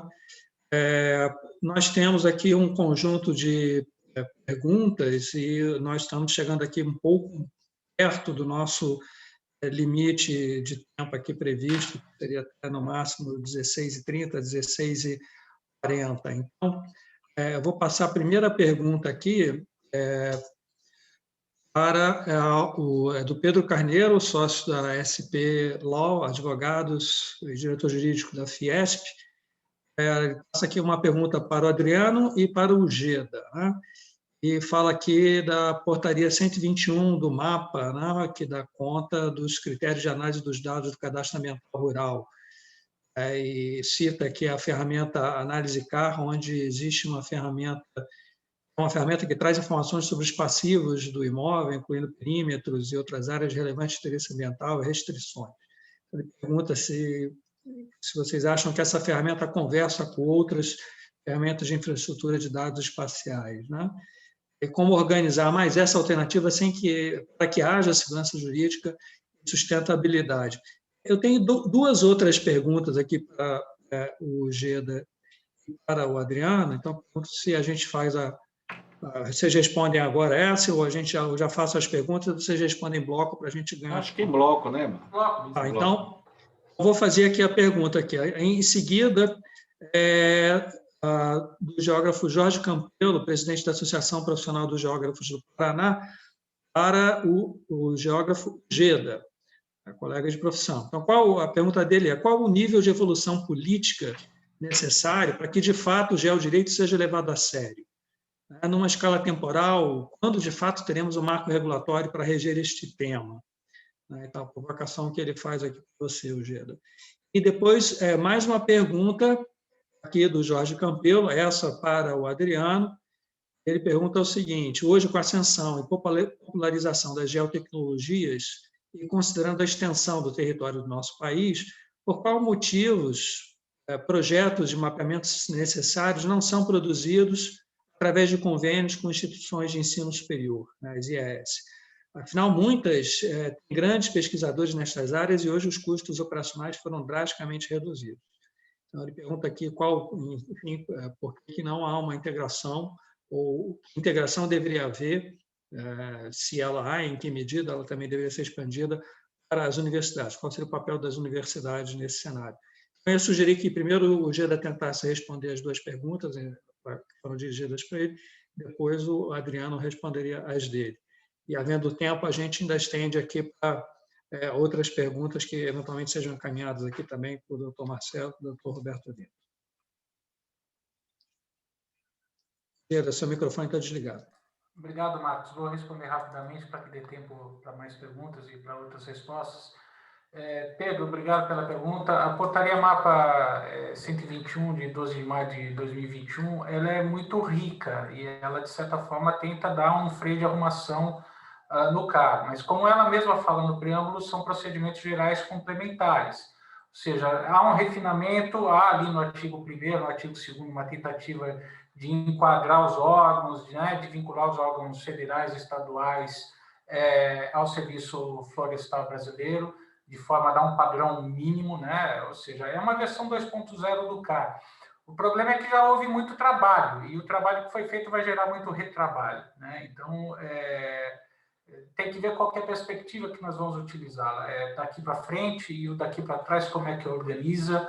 Então, tem mais dúvidas do que certezas em relação à redação. O que eu consigo enxergar é que está encapsulado no Ministério, né, da Agricultura, é uma iniciativa voltada para o cara, ou seja, não estamos falando de CIGEF, não estamos falando de INPE, não estamos falando de cadastro territorial multifinalitário, não estamos falando de infraestrutura nacional de dados espaciais, estamos falando de CAR, não estamos falando nem de Embrapa, muitas vezes, nem de Terra Class, nem de nem de geocontrole do Tribunal de Contas da União, ou seja, são todas camadas que cada um está fazendo o seu mapa das mesmas áreas.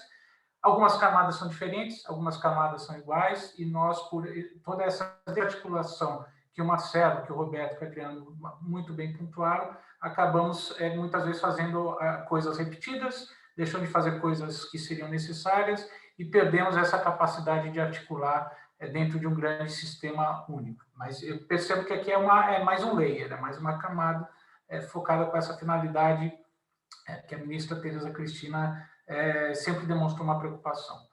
Jorge, o geodireito ele tem sido levado a sério nos países que têm regulamentação para ser levado a sério. Ou seja, essa coisa que fora do Brasil é chamada de special law, né, pelo Comitê Geoespacial da ONU, tem legislações onde os países já têm agências reguladoras funcionando, né, que isso acontece desde a Alemanha até a Etiópia, né, isso tem acontecido com uma certa fluidez. O que a gente pode questionar são modelos, qual é melhor, qual é pior, fragilidades, mas a estrutura jurídica para isso, ela existe. O que a gente, de certa forma, enfrenta no Brasil é uma lacuna enorme pela ausência de regulamentação do artigo 21, inciso 15 da Constituição, e o artigo 22, inciso 18, onde a gente patina, onde cada órgão acaba fazendo o seu próprio mapa, resolvendo seus problemas pontuais e acaba caindo naquilo que o Roberto chamou de capitanias hereditárias, né? Que em Portugal falam das capelas, né? Ou seja, cada um fica dentro do seu sistema e um sistema não dialoga com o outro, e com isso a gente acaba tendo sistemas ricos em percepções, mas de frágil organicidade, porque não tem essa interoperabilidade entre os sistemas. Marcos. Então, Adriano, na sequência pode apresentar os seus comentários sobre as perguntas. O Luiz já respondeu bastante. Eu quero me deter só que para responder a última pergunta, eu quero apresentar só essa tela aqui. Foi falado aqui das instituições de ensino superior, tá? Então, aqui é um exemplo muito claro, tá, do que é essa iniciativa Planasolos, né? Então, não é um trabalho da Embrapa, muito pelo contrário, Embrapa, IBGE, diversas universidades, CPRM, enfim, é uma grande integração de instituições, tá? E de fato, sem as universidades, nesse caso, nós não teríamos como, sem instituições de ensino superior, ficaria muito difícil fazer esse levantamento. Hoje, quando a gente fala em mapeamento de solos e em pedologia, o grande problema são as pessoas. Eu aqui na Embrapa Amazônia Oriental, em Belém, que nós tivemos já grandes equipes de pedólogos, não tem mais nenhum pedólogo trabalhando. Tá? Não existe quase pedólogos. Então, está projetado, nós falamos hoje da Universidade de Planasolos para formar profissionais que atuam nesse mapeamento, tá? Que é tão importante. E aí, quem está coordenando, capitaneando essa ação é a Universidade Federal do Rio de Janeiro, por exemplo. A doutora Lúcia, que coordena, que é a presidente da Associação Brasileira. Então, assim, não existe realmente como nós olharmos esses temas sem essa parceria, sem as instituições de ensino superior. Você estava se referindo à professora Lúcia Helena Anjos? Isso. Da Universidade Federal Rural do Rio de Janeiro. Rural, isso. Rural. O detalhe rural é importante, eu fui professor lá, então faço questão de fazer a distinção. Obrigado, Adriano, pelas suas colocações. Bom, nós temos aqui ainda 10 minutos aqui para a gente aproveitar do nosso webinar. E eu tenho uma última pergunta que foi apresentada aqui. Peraí, deixa eu ver se tem mais alguma outra depois dessa. Não, sim, temos ainda a do Homero. Eu vou encaminhar essas duas últimas perguntas, a primeira aqui do Rogério Cabral e a do Homero em seguida, para o Roberto Olinto e para o Marcelo Brito fazerem suas colocações. Então, o Rogério Cabral, ele parabeniza aqui pelo evento, assim como vários outros participantes, a gente agradece aqui os parabéns, né, e os elogios. O Rogério pergunta o seguinte: qual a visão dos palestrantes sobre o atraso na organização da infraestrutura de dados espaciais no Brasil? A cada ano, demoramos, o impacto nas sobreposições, confusões e profusões de cadastros imprecisos se multiplica. Então, como minimizar o impacto desses atrasos? E, na sequência, o Homero perguntou aqui qual a possível ou desejável solução para a continuidade das atividades de responsabilidade da CONCAR, a Comissão Nacional de Cartografia, que está paralisada. Né? E aí, particularmente, uma pergunta para o Marcelo Brito, se alguém poderia comentar qual a visão dos atores do agronegócio sobre a necessidade de informação geográfica para o setor. Né? Então, pela ordem de apresentação, eu ia sugerir que primeiro o Marcelo fizesse apresentar suas respostas e depois o Roberto Olívio. Eu vou pegar só essa última e vou deixar as outras para o Roberto. Roberto, desculpa, mas cada um na sua especialidade. Tá? Bom, eu diria que para o nosso setor, gente, é muito simples, porque significa análise de risco. Qualquer investimento que você for fazer hoje, você tem que fazer uma análise de risco completa. E nessa análise de risco tem que conter toda a base ambiental, toda a base de solos, toda a base de clima, toda a base de logística, distâncias. Ou seja, tudo isso é risco. E quem faz o investimento sem ter em mãos todas essas variáveis hoje, ou é amador ou é irresponsável. Então, está aí a importância crucial de se ter essas informações o mais exatas possíveis, porque é o que vai definir o sucesso ou não de um empreendimento no seu longo prazo. Então, isso é que é importante. Quando eu linko isso ao desmatamento, por exemplo, nós temos no Brasil hoje mais de 20 milhões de hectares em regeneração natural. O que significa isso? Significa que alguém ou desmatou só pelo que tinha em cima mesmo, sem importar pelo solo, pela propriedade, ou alguém simplesmente desmatou numa área que não precisava ser desmatada, ou que não poderia ser desmatada e nada pode ser feito no lugar. Isso nada mais é do que a falta de informação necessária, naturalmente linkada à falta de fiscalização e, principalmente, ao sentimento ou à certeza total da impunidade.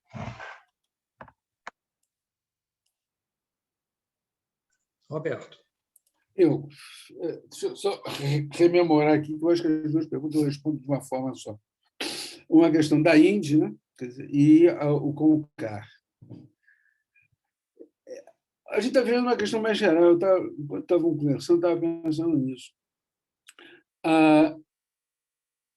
Nos últimos 2 anos, não que seja uma exclusividade dos últimos 2 anos, mas eu acho que os 2 últimos foram mais sintomáticos. Houve uma paralisação completa dos esforços de organizar o setor de informação do Brasil. Informação estatística já. Quer dizer, uma CONCAR parou. A Indy luta há anos para se estabelecer. Quer dizer, é uma plataforma que está aí, que teria um projeto de autocolaboração, é dificílimo que avance. Agora, a pergunta é a seguinte: por que não avança? Porque cada vez mais, você tem uma redução, no caso das responsabilidades dos órgãos oficiais, eu estou falando de IBGE e outros, em terem não só equipes que possam acompanhar isso, quer dizer, a redução dos institutos de Estado é absolutamente flagrante. O IBGE caiu de 7.500 para 4.000 funcionários, metade da agenda foi abandonada, e isso começa a bater. Quer dizer, soma-se a isso uma questão política, quer dizer, o desinteresse político. Eu e o Marcos batemos na porta de deputado várias vezes, tentando vender as coisas. É um processo longo, mas que foi abandonado também. Estava indo. Mas você tem que ter uma visão política. Eu acho gozado, porque outro dia eu estava conversando com o ex-ministro do Planejamento da minha época, o Diogo, e ele dizia: Roberto, você falava nisso. Na época eu falava nisso, mas nunca ninguém tocou. E falar nisso era o quê? Era usar o uso de registro administrativo para fazer estatística, que precisava de uma lei para liberar os dados da Receita Federal para o IBGE usar, protegido pela lei de sigilo. Então, a minha sensação, que todas as pessoas, as coisas não andam, então, gradativamente ou abandonadas, ou estão em um processo de autofagia, elas vão se autodestruindo porque não tem demanda externa, porque você não tem pressões para produzir mais, é muito grande. Uma coisa que, durante todo esse debate, eu estava pensando, o Brasil tem uma coisa que é desconhecida, chamada Plano Geral de Informações Estatísticas e Geográficas, PGE. O PGE está nas leis originais, junto com o IBGE como coordenador. O PGE, a função dele seria estabelecer no Brasil as responsabilidades pelo Plano Geral de Informações Estatísticas e Geográficas, na época ainda era geográfica, e começar a organizar e coordenar essa história. O PGE, eu não me lembro mais quando ele foi abandonado, a gente tentou recuperar, ele foi abandonado há uns 25 ou 30 anos atrás. E tem, inclusive, nos estatutos do IBGE, a cada 10 anos, ou a cada fazer uma conferência nacional de estatística, uma conferência nacional de geografia, para definir o PGE. E era uma forma de você atualizar. Isso tudo não existe mais, foi abandonado. Então, é muito gozado, porque você não sabe nem quais são as estatísticas e a estatística de geoinformação que você vai produzir e nem quem é o responsável por ela. Então, toda a construção do sistema brasileiro, por exemplo, o IBGE é responsável por uma coisa, o Banco Central é responsável por outra, o Exército é responsável por quê? Ninguém explica por quê. Estava lá e ficou, ele pegou primeiro e nunca integrou. Eu acho que esse processo é um processo que eu acho particularmente dramático na construção, quer dizer, de uma cidadania nesse país, a falta de informação. E todas essas perguntas, por que não vai para frente? Porque cada vez mais as questões estão ficando abandonadas. Como é que se resolve isso? Eu não sei.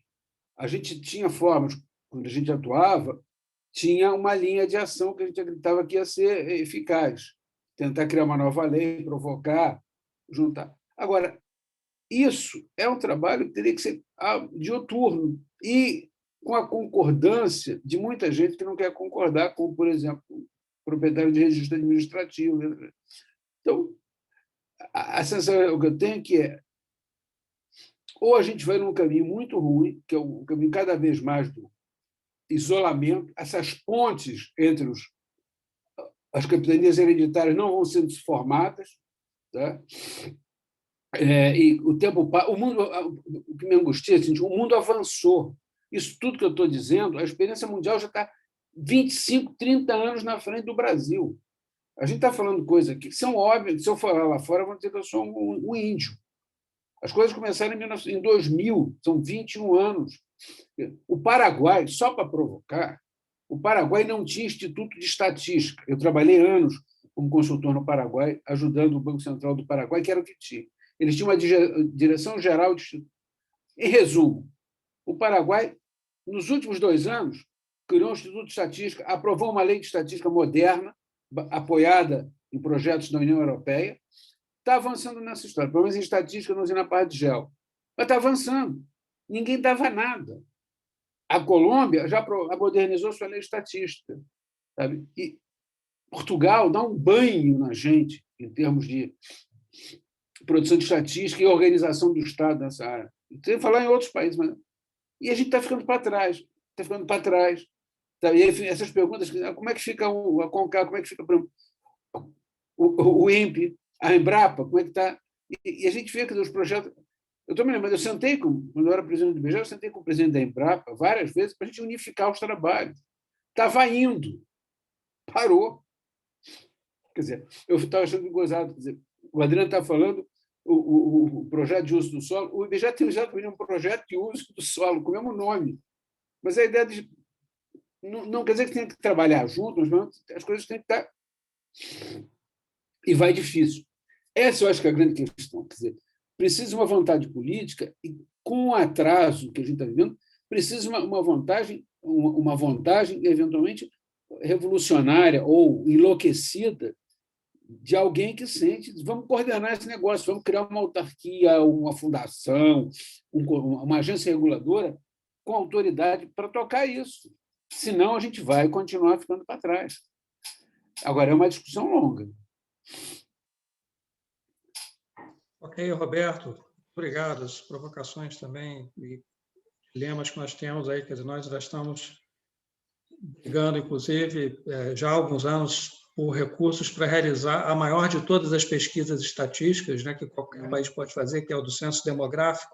Ainda temos dificuldades, né, em relação a isso, como você bem colocou, né, na sua apresentação.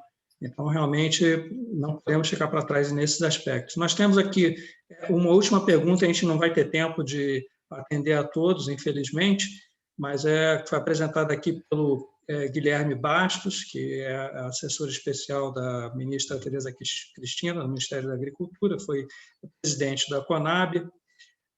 Dá parabéns aqui a todos pela apresentação. Para ele, essa discussão é uma questão de soberania nacional estratégica. Ele pergunta quais os próximos passos, quem deveria coordenar as ações do Ministério da Agricultura relacionadas ao cadastro ambiental, o INCRA, a Embrapa, o INPE, IBGE, enfim, são diversas iniciativas, mas ele alega que estão gerando dados de órgãos ou institutos e não informações de Estado, né? Então, conforme o doutor Olinto comentou, ele menciona aqui. Quem deveria puxar essa agenda estatística, né? De mudança de marco regulatório, a integração da produção dos dados, seria o IBGE que teria essa responsabilidade institucional de puxar essa agenda política de reorganização do sistema estatístico, mas no âmbito da agricultura seria alguma outra instituição, por exemplo, no âmbito do Ministério da Agricultura, Conab, Embrapa, ou o próprio Ministério, né? Eu queria, com essa pergunta, né, deixar aqui a palavra para os 4 palestrantes, né, responderem, se quiserem, ou fazerem suas considerações finais, e depois disso a gente passa a palavra para o Luiz Ujeda. Tem aqui apenas um recado, que antes de encerrar a gente vai passar aqui para o Davi, falando sobre a pesquisa de satisfação, tá, em relação aqui ao nosso evento. Então, na ordem aqui para fazer esses comentários, já que a gente está falando aqui de forma infraestrutura de dados para o agro e meio ambiente, na ordem a gente vai passar aqui para o Luiz Ujeda, depois Marcelo, Roberto Olinto e Adriano. 1 minutinho para cada um para a gente terminar no tempo. Obrigado, Marcos. Essa é uma questão central. No fundo, nós temos que eleger esse síndico desse condomínio geoespacial, ou seja, tem que ter alguém que pegue a batuta e reja a orquestra, sob pena da gente ficar duplicando o trabalho de um lado e deixando coisas de fazer do outro. Ou seja, o que nós precisamos, de certa forma, é perceber que os setores produtivos, os setores onde latitude e longitude estão monetizados, né, isso tem um preço, gera uma economia, um problema geopolítico, um problema geoeconômico, como nós gostamos de dizer, geojurídico, né? Nós precisamos unir forças, nós precisamos do Marcelo na BAG, né, levando esse discurso para dentro dos seus associados, precisamos juntar toda a comunidade de geógrafos, engenheiros cartógrafos, topógrafos, agrimensores que entendam essa mensagem, juntar o setor elétrico, que é 5% do PIB, trazer para a causa. Precisamos trazer todos os setores intensivos em territórios e, de certa forma, organizarmos esse território como qualquer outro país tem feito, né? Nós somos o maior país do mundo, territorialmente, que ainda não organizou, né? Ainda não elegeu esse síndico por uma lei, né?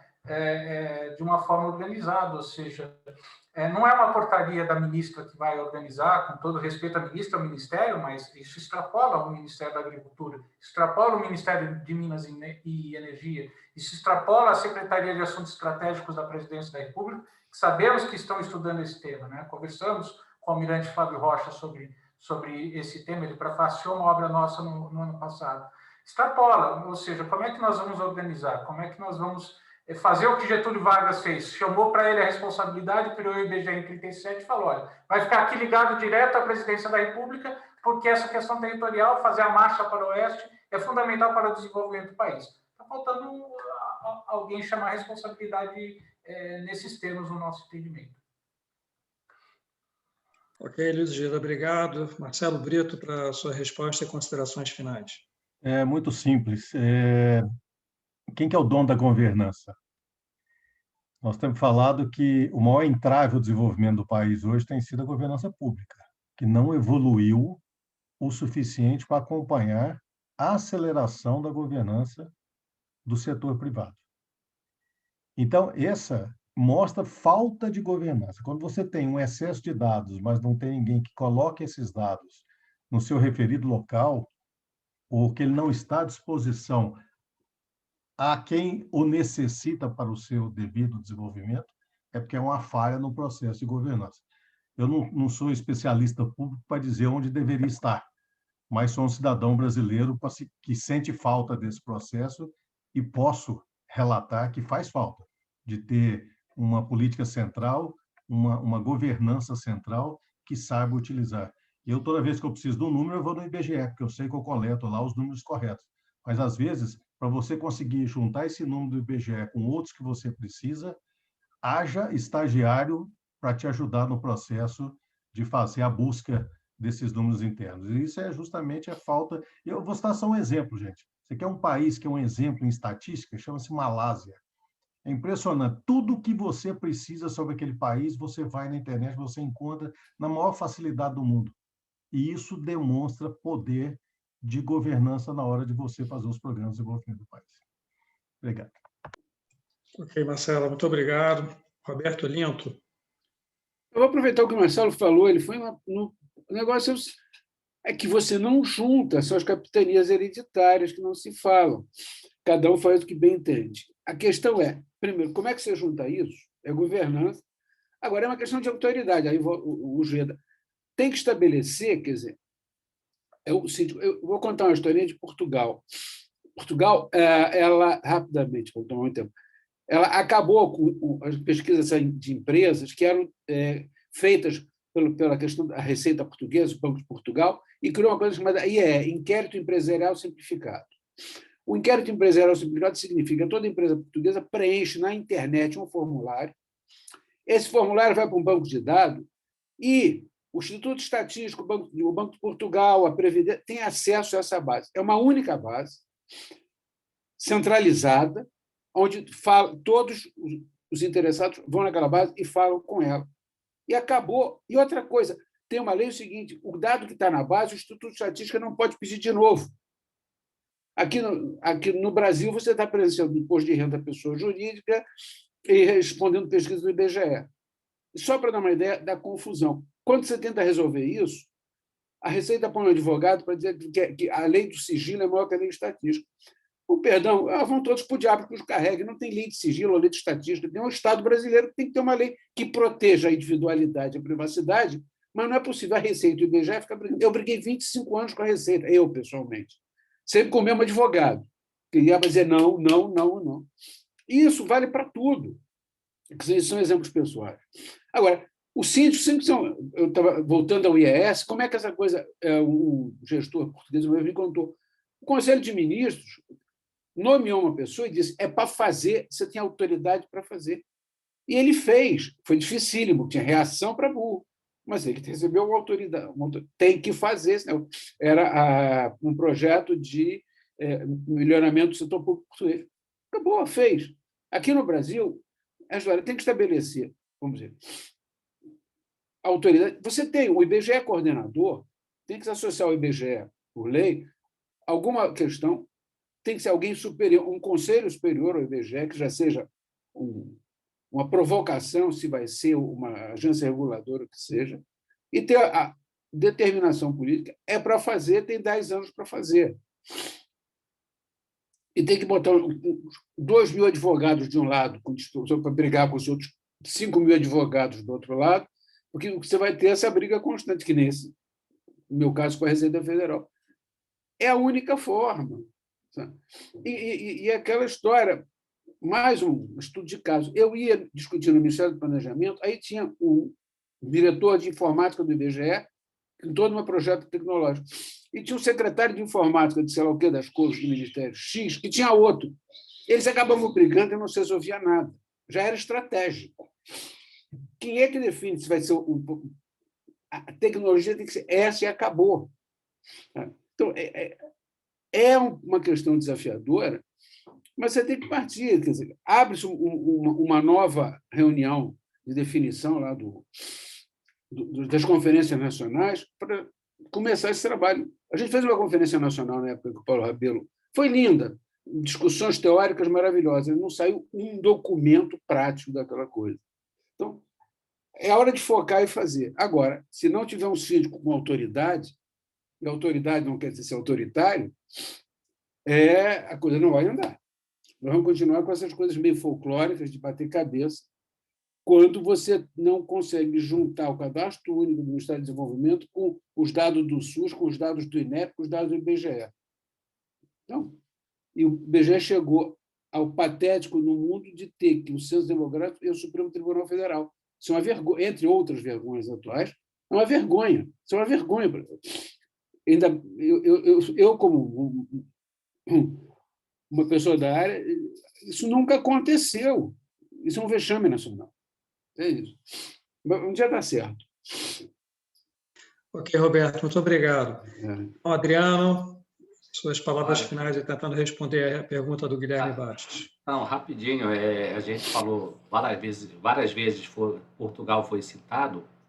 Portugal tem um Instituto de Ordenamento e Instituto de Geografia e Ordenamento Territorial. Portugal. E a gente fala, um país pequeno, mas que tem um instituto só para fazer a gestão do território. Aqui nós não temos nada parecido para fazer isso, né? Bom, essa hora de colocar o sino na cabeça do boi aí, que é realmente uma questão importante, mas eu acho que antes disso tem uma coisa que é muito grave na sociedade ou nas instituições, né? A questão da vaidade. O dado é meu, né? Então, enquanto muita gente pensar que o dado é seu, o país fica sem nada, né? Então, o dado não é do pesquisador, não é da instituição. Se o dado é gerado com recurso público, ele é público. Então, a primeira coisa é acabar com essa questão do dado é meu, né? O segundo é realmente buscar essa competência aí de agregar. Eu entendo bem quando o Marcelo fala de buscar informação no IBGE, mas não é só no IBGE, não. Em qualquer site você tem que botar, fazer mineração de dados mesmo. O dado está lá, em algum lugar está. Então, realmente tinha que ser uma gestão. Eu não vejo realmente que não fosse o IBGE para disponibilizar ou algo acima de todo mundo disso daí. E basta tomar decisão, viu, Roberto? Concordo contigo. Tem que tomar decisão. Fazer, a gente sabe fazer. Mas alguém tem que mandar e a gente tem que, né, tomar a decisão. E gerar. Eu acho que na hora de botar o sininho lá, acho que escolher alguma coisa e todo mundo abrir mão dessas vaidades para construir uma base.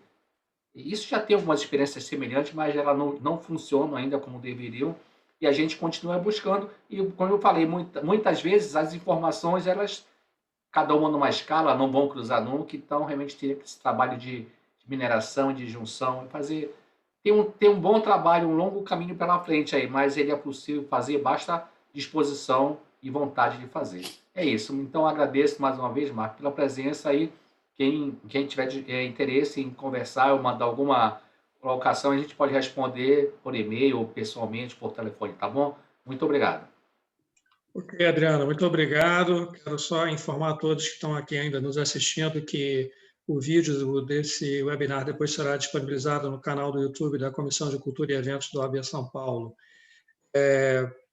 Quem manda, né, ou quem deve mandar, como vocês estão colocando aqui, na verdade, quem diz quem deve mandar, qual instituição que deve ser responsável por isso, é o marco regulatório, que dá essas atribuições institucionais, né? Então, daí toda a importância que foi colocada por todos aqui presentes, né, da gente essa revisão desse marco regulatório, essa regulamentação dos dispositivos constitucionais, que o Geda falou e demandou tão corretamente, né, desde 88, demandando uma melhor regulamentação do que aquela que está disposta hoje na legislação que data dos anos 60 e 70 do século passado. Então, antes de passar para o Luiz Ojeda encerrar, quero passar aqui a palavra para o Davi Cavalcante, para apresentar aqui os resultados da pesquisa de satisfação aqui do nosso evento. Davi.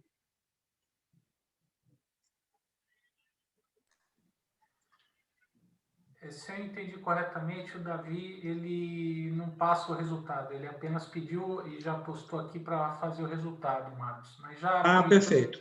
Já aproveitando e emendando, olha, muito obrigado por toda a mediação, você sempre um lorde, sempre, né, preparado e sempre erudito, enriqueceu demais esse webinar. Muito obrigado, Marcelo, pela presença, pela participação, por trazer toda essa rica experiência empresarial, né? Seja como presidente da associação, seja como brasileiro, patriota, que quer ver o melhor do nosso país. Roberto Linto, muito obrigado novamente, né? Vou me chamar aqui de irmão de batalha, né? Estatística e geoinformacional, né? Nesse calvário que nós temos buscado enfrentar, de mostrar a importância para o Brasil, que o ciência é igual à energia elétrica, né? A gente só lembra quando falta, né? E temos que defender o Instituto, temos que defender, assim como temos que defender o censo para o lado estatístico, temos que defender o Geoportal, a INDE, né, para o lado geográfico, que é o instrumento base, e, de certa forma, são essas mensagens que a gente busca trazer. Adriano, muito obrigado por nos mostrar o status da Amazônia, por nos fazer uma rica síntese de todos os modelos de mapeamento, experiências que a nossa Amazônia tem, desde o INPE, enfim, de todo o sistema que nós temos desde sempre, né, CIVAM e tudo mais, Bradar, né, ou seja, todos os modelos atuais e qual é o estágio que nós estamos, né? Eu tenho certeza que todas essas leis de zoneamento vão ficar aí na cabeça de todo mundo e cada um vai fazer a sua lição de casa para fazer uma reflexão e perceber como é que está a nossa grande fronteira nacional, né? A nossa Amazônia. Muito obrigado, Danila, o Davi Cavalcante e o Ryan por todo o apoio aqui pela OAB, né, que nos ajudaram bastante aqui com a organização. E muito obrigado a todos que ficaram aqui até o final. Queriam ser feito um pouco mais curto, mas a discussão ela foi muito rica, foi muito proativa e muito intensa. Então, agradeço a todos. O vídeo vai estar disponível, como o Marcos falou, no site da OAB, no link de cultura, onde ficam todos os vídeos. E agradeço demais a participação de todos. Então, declaro encerrada a apresentação e muito obrigado a todos.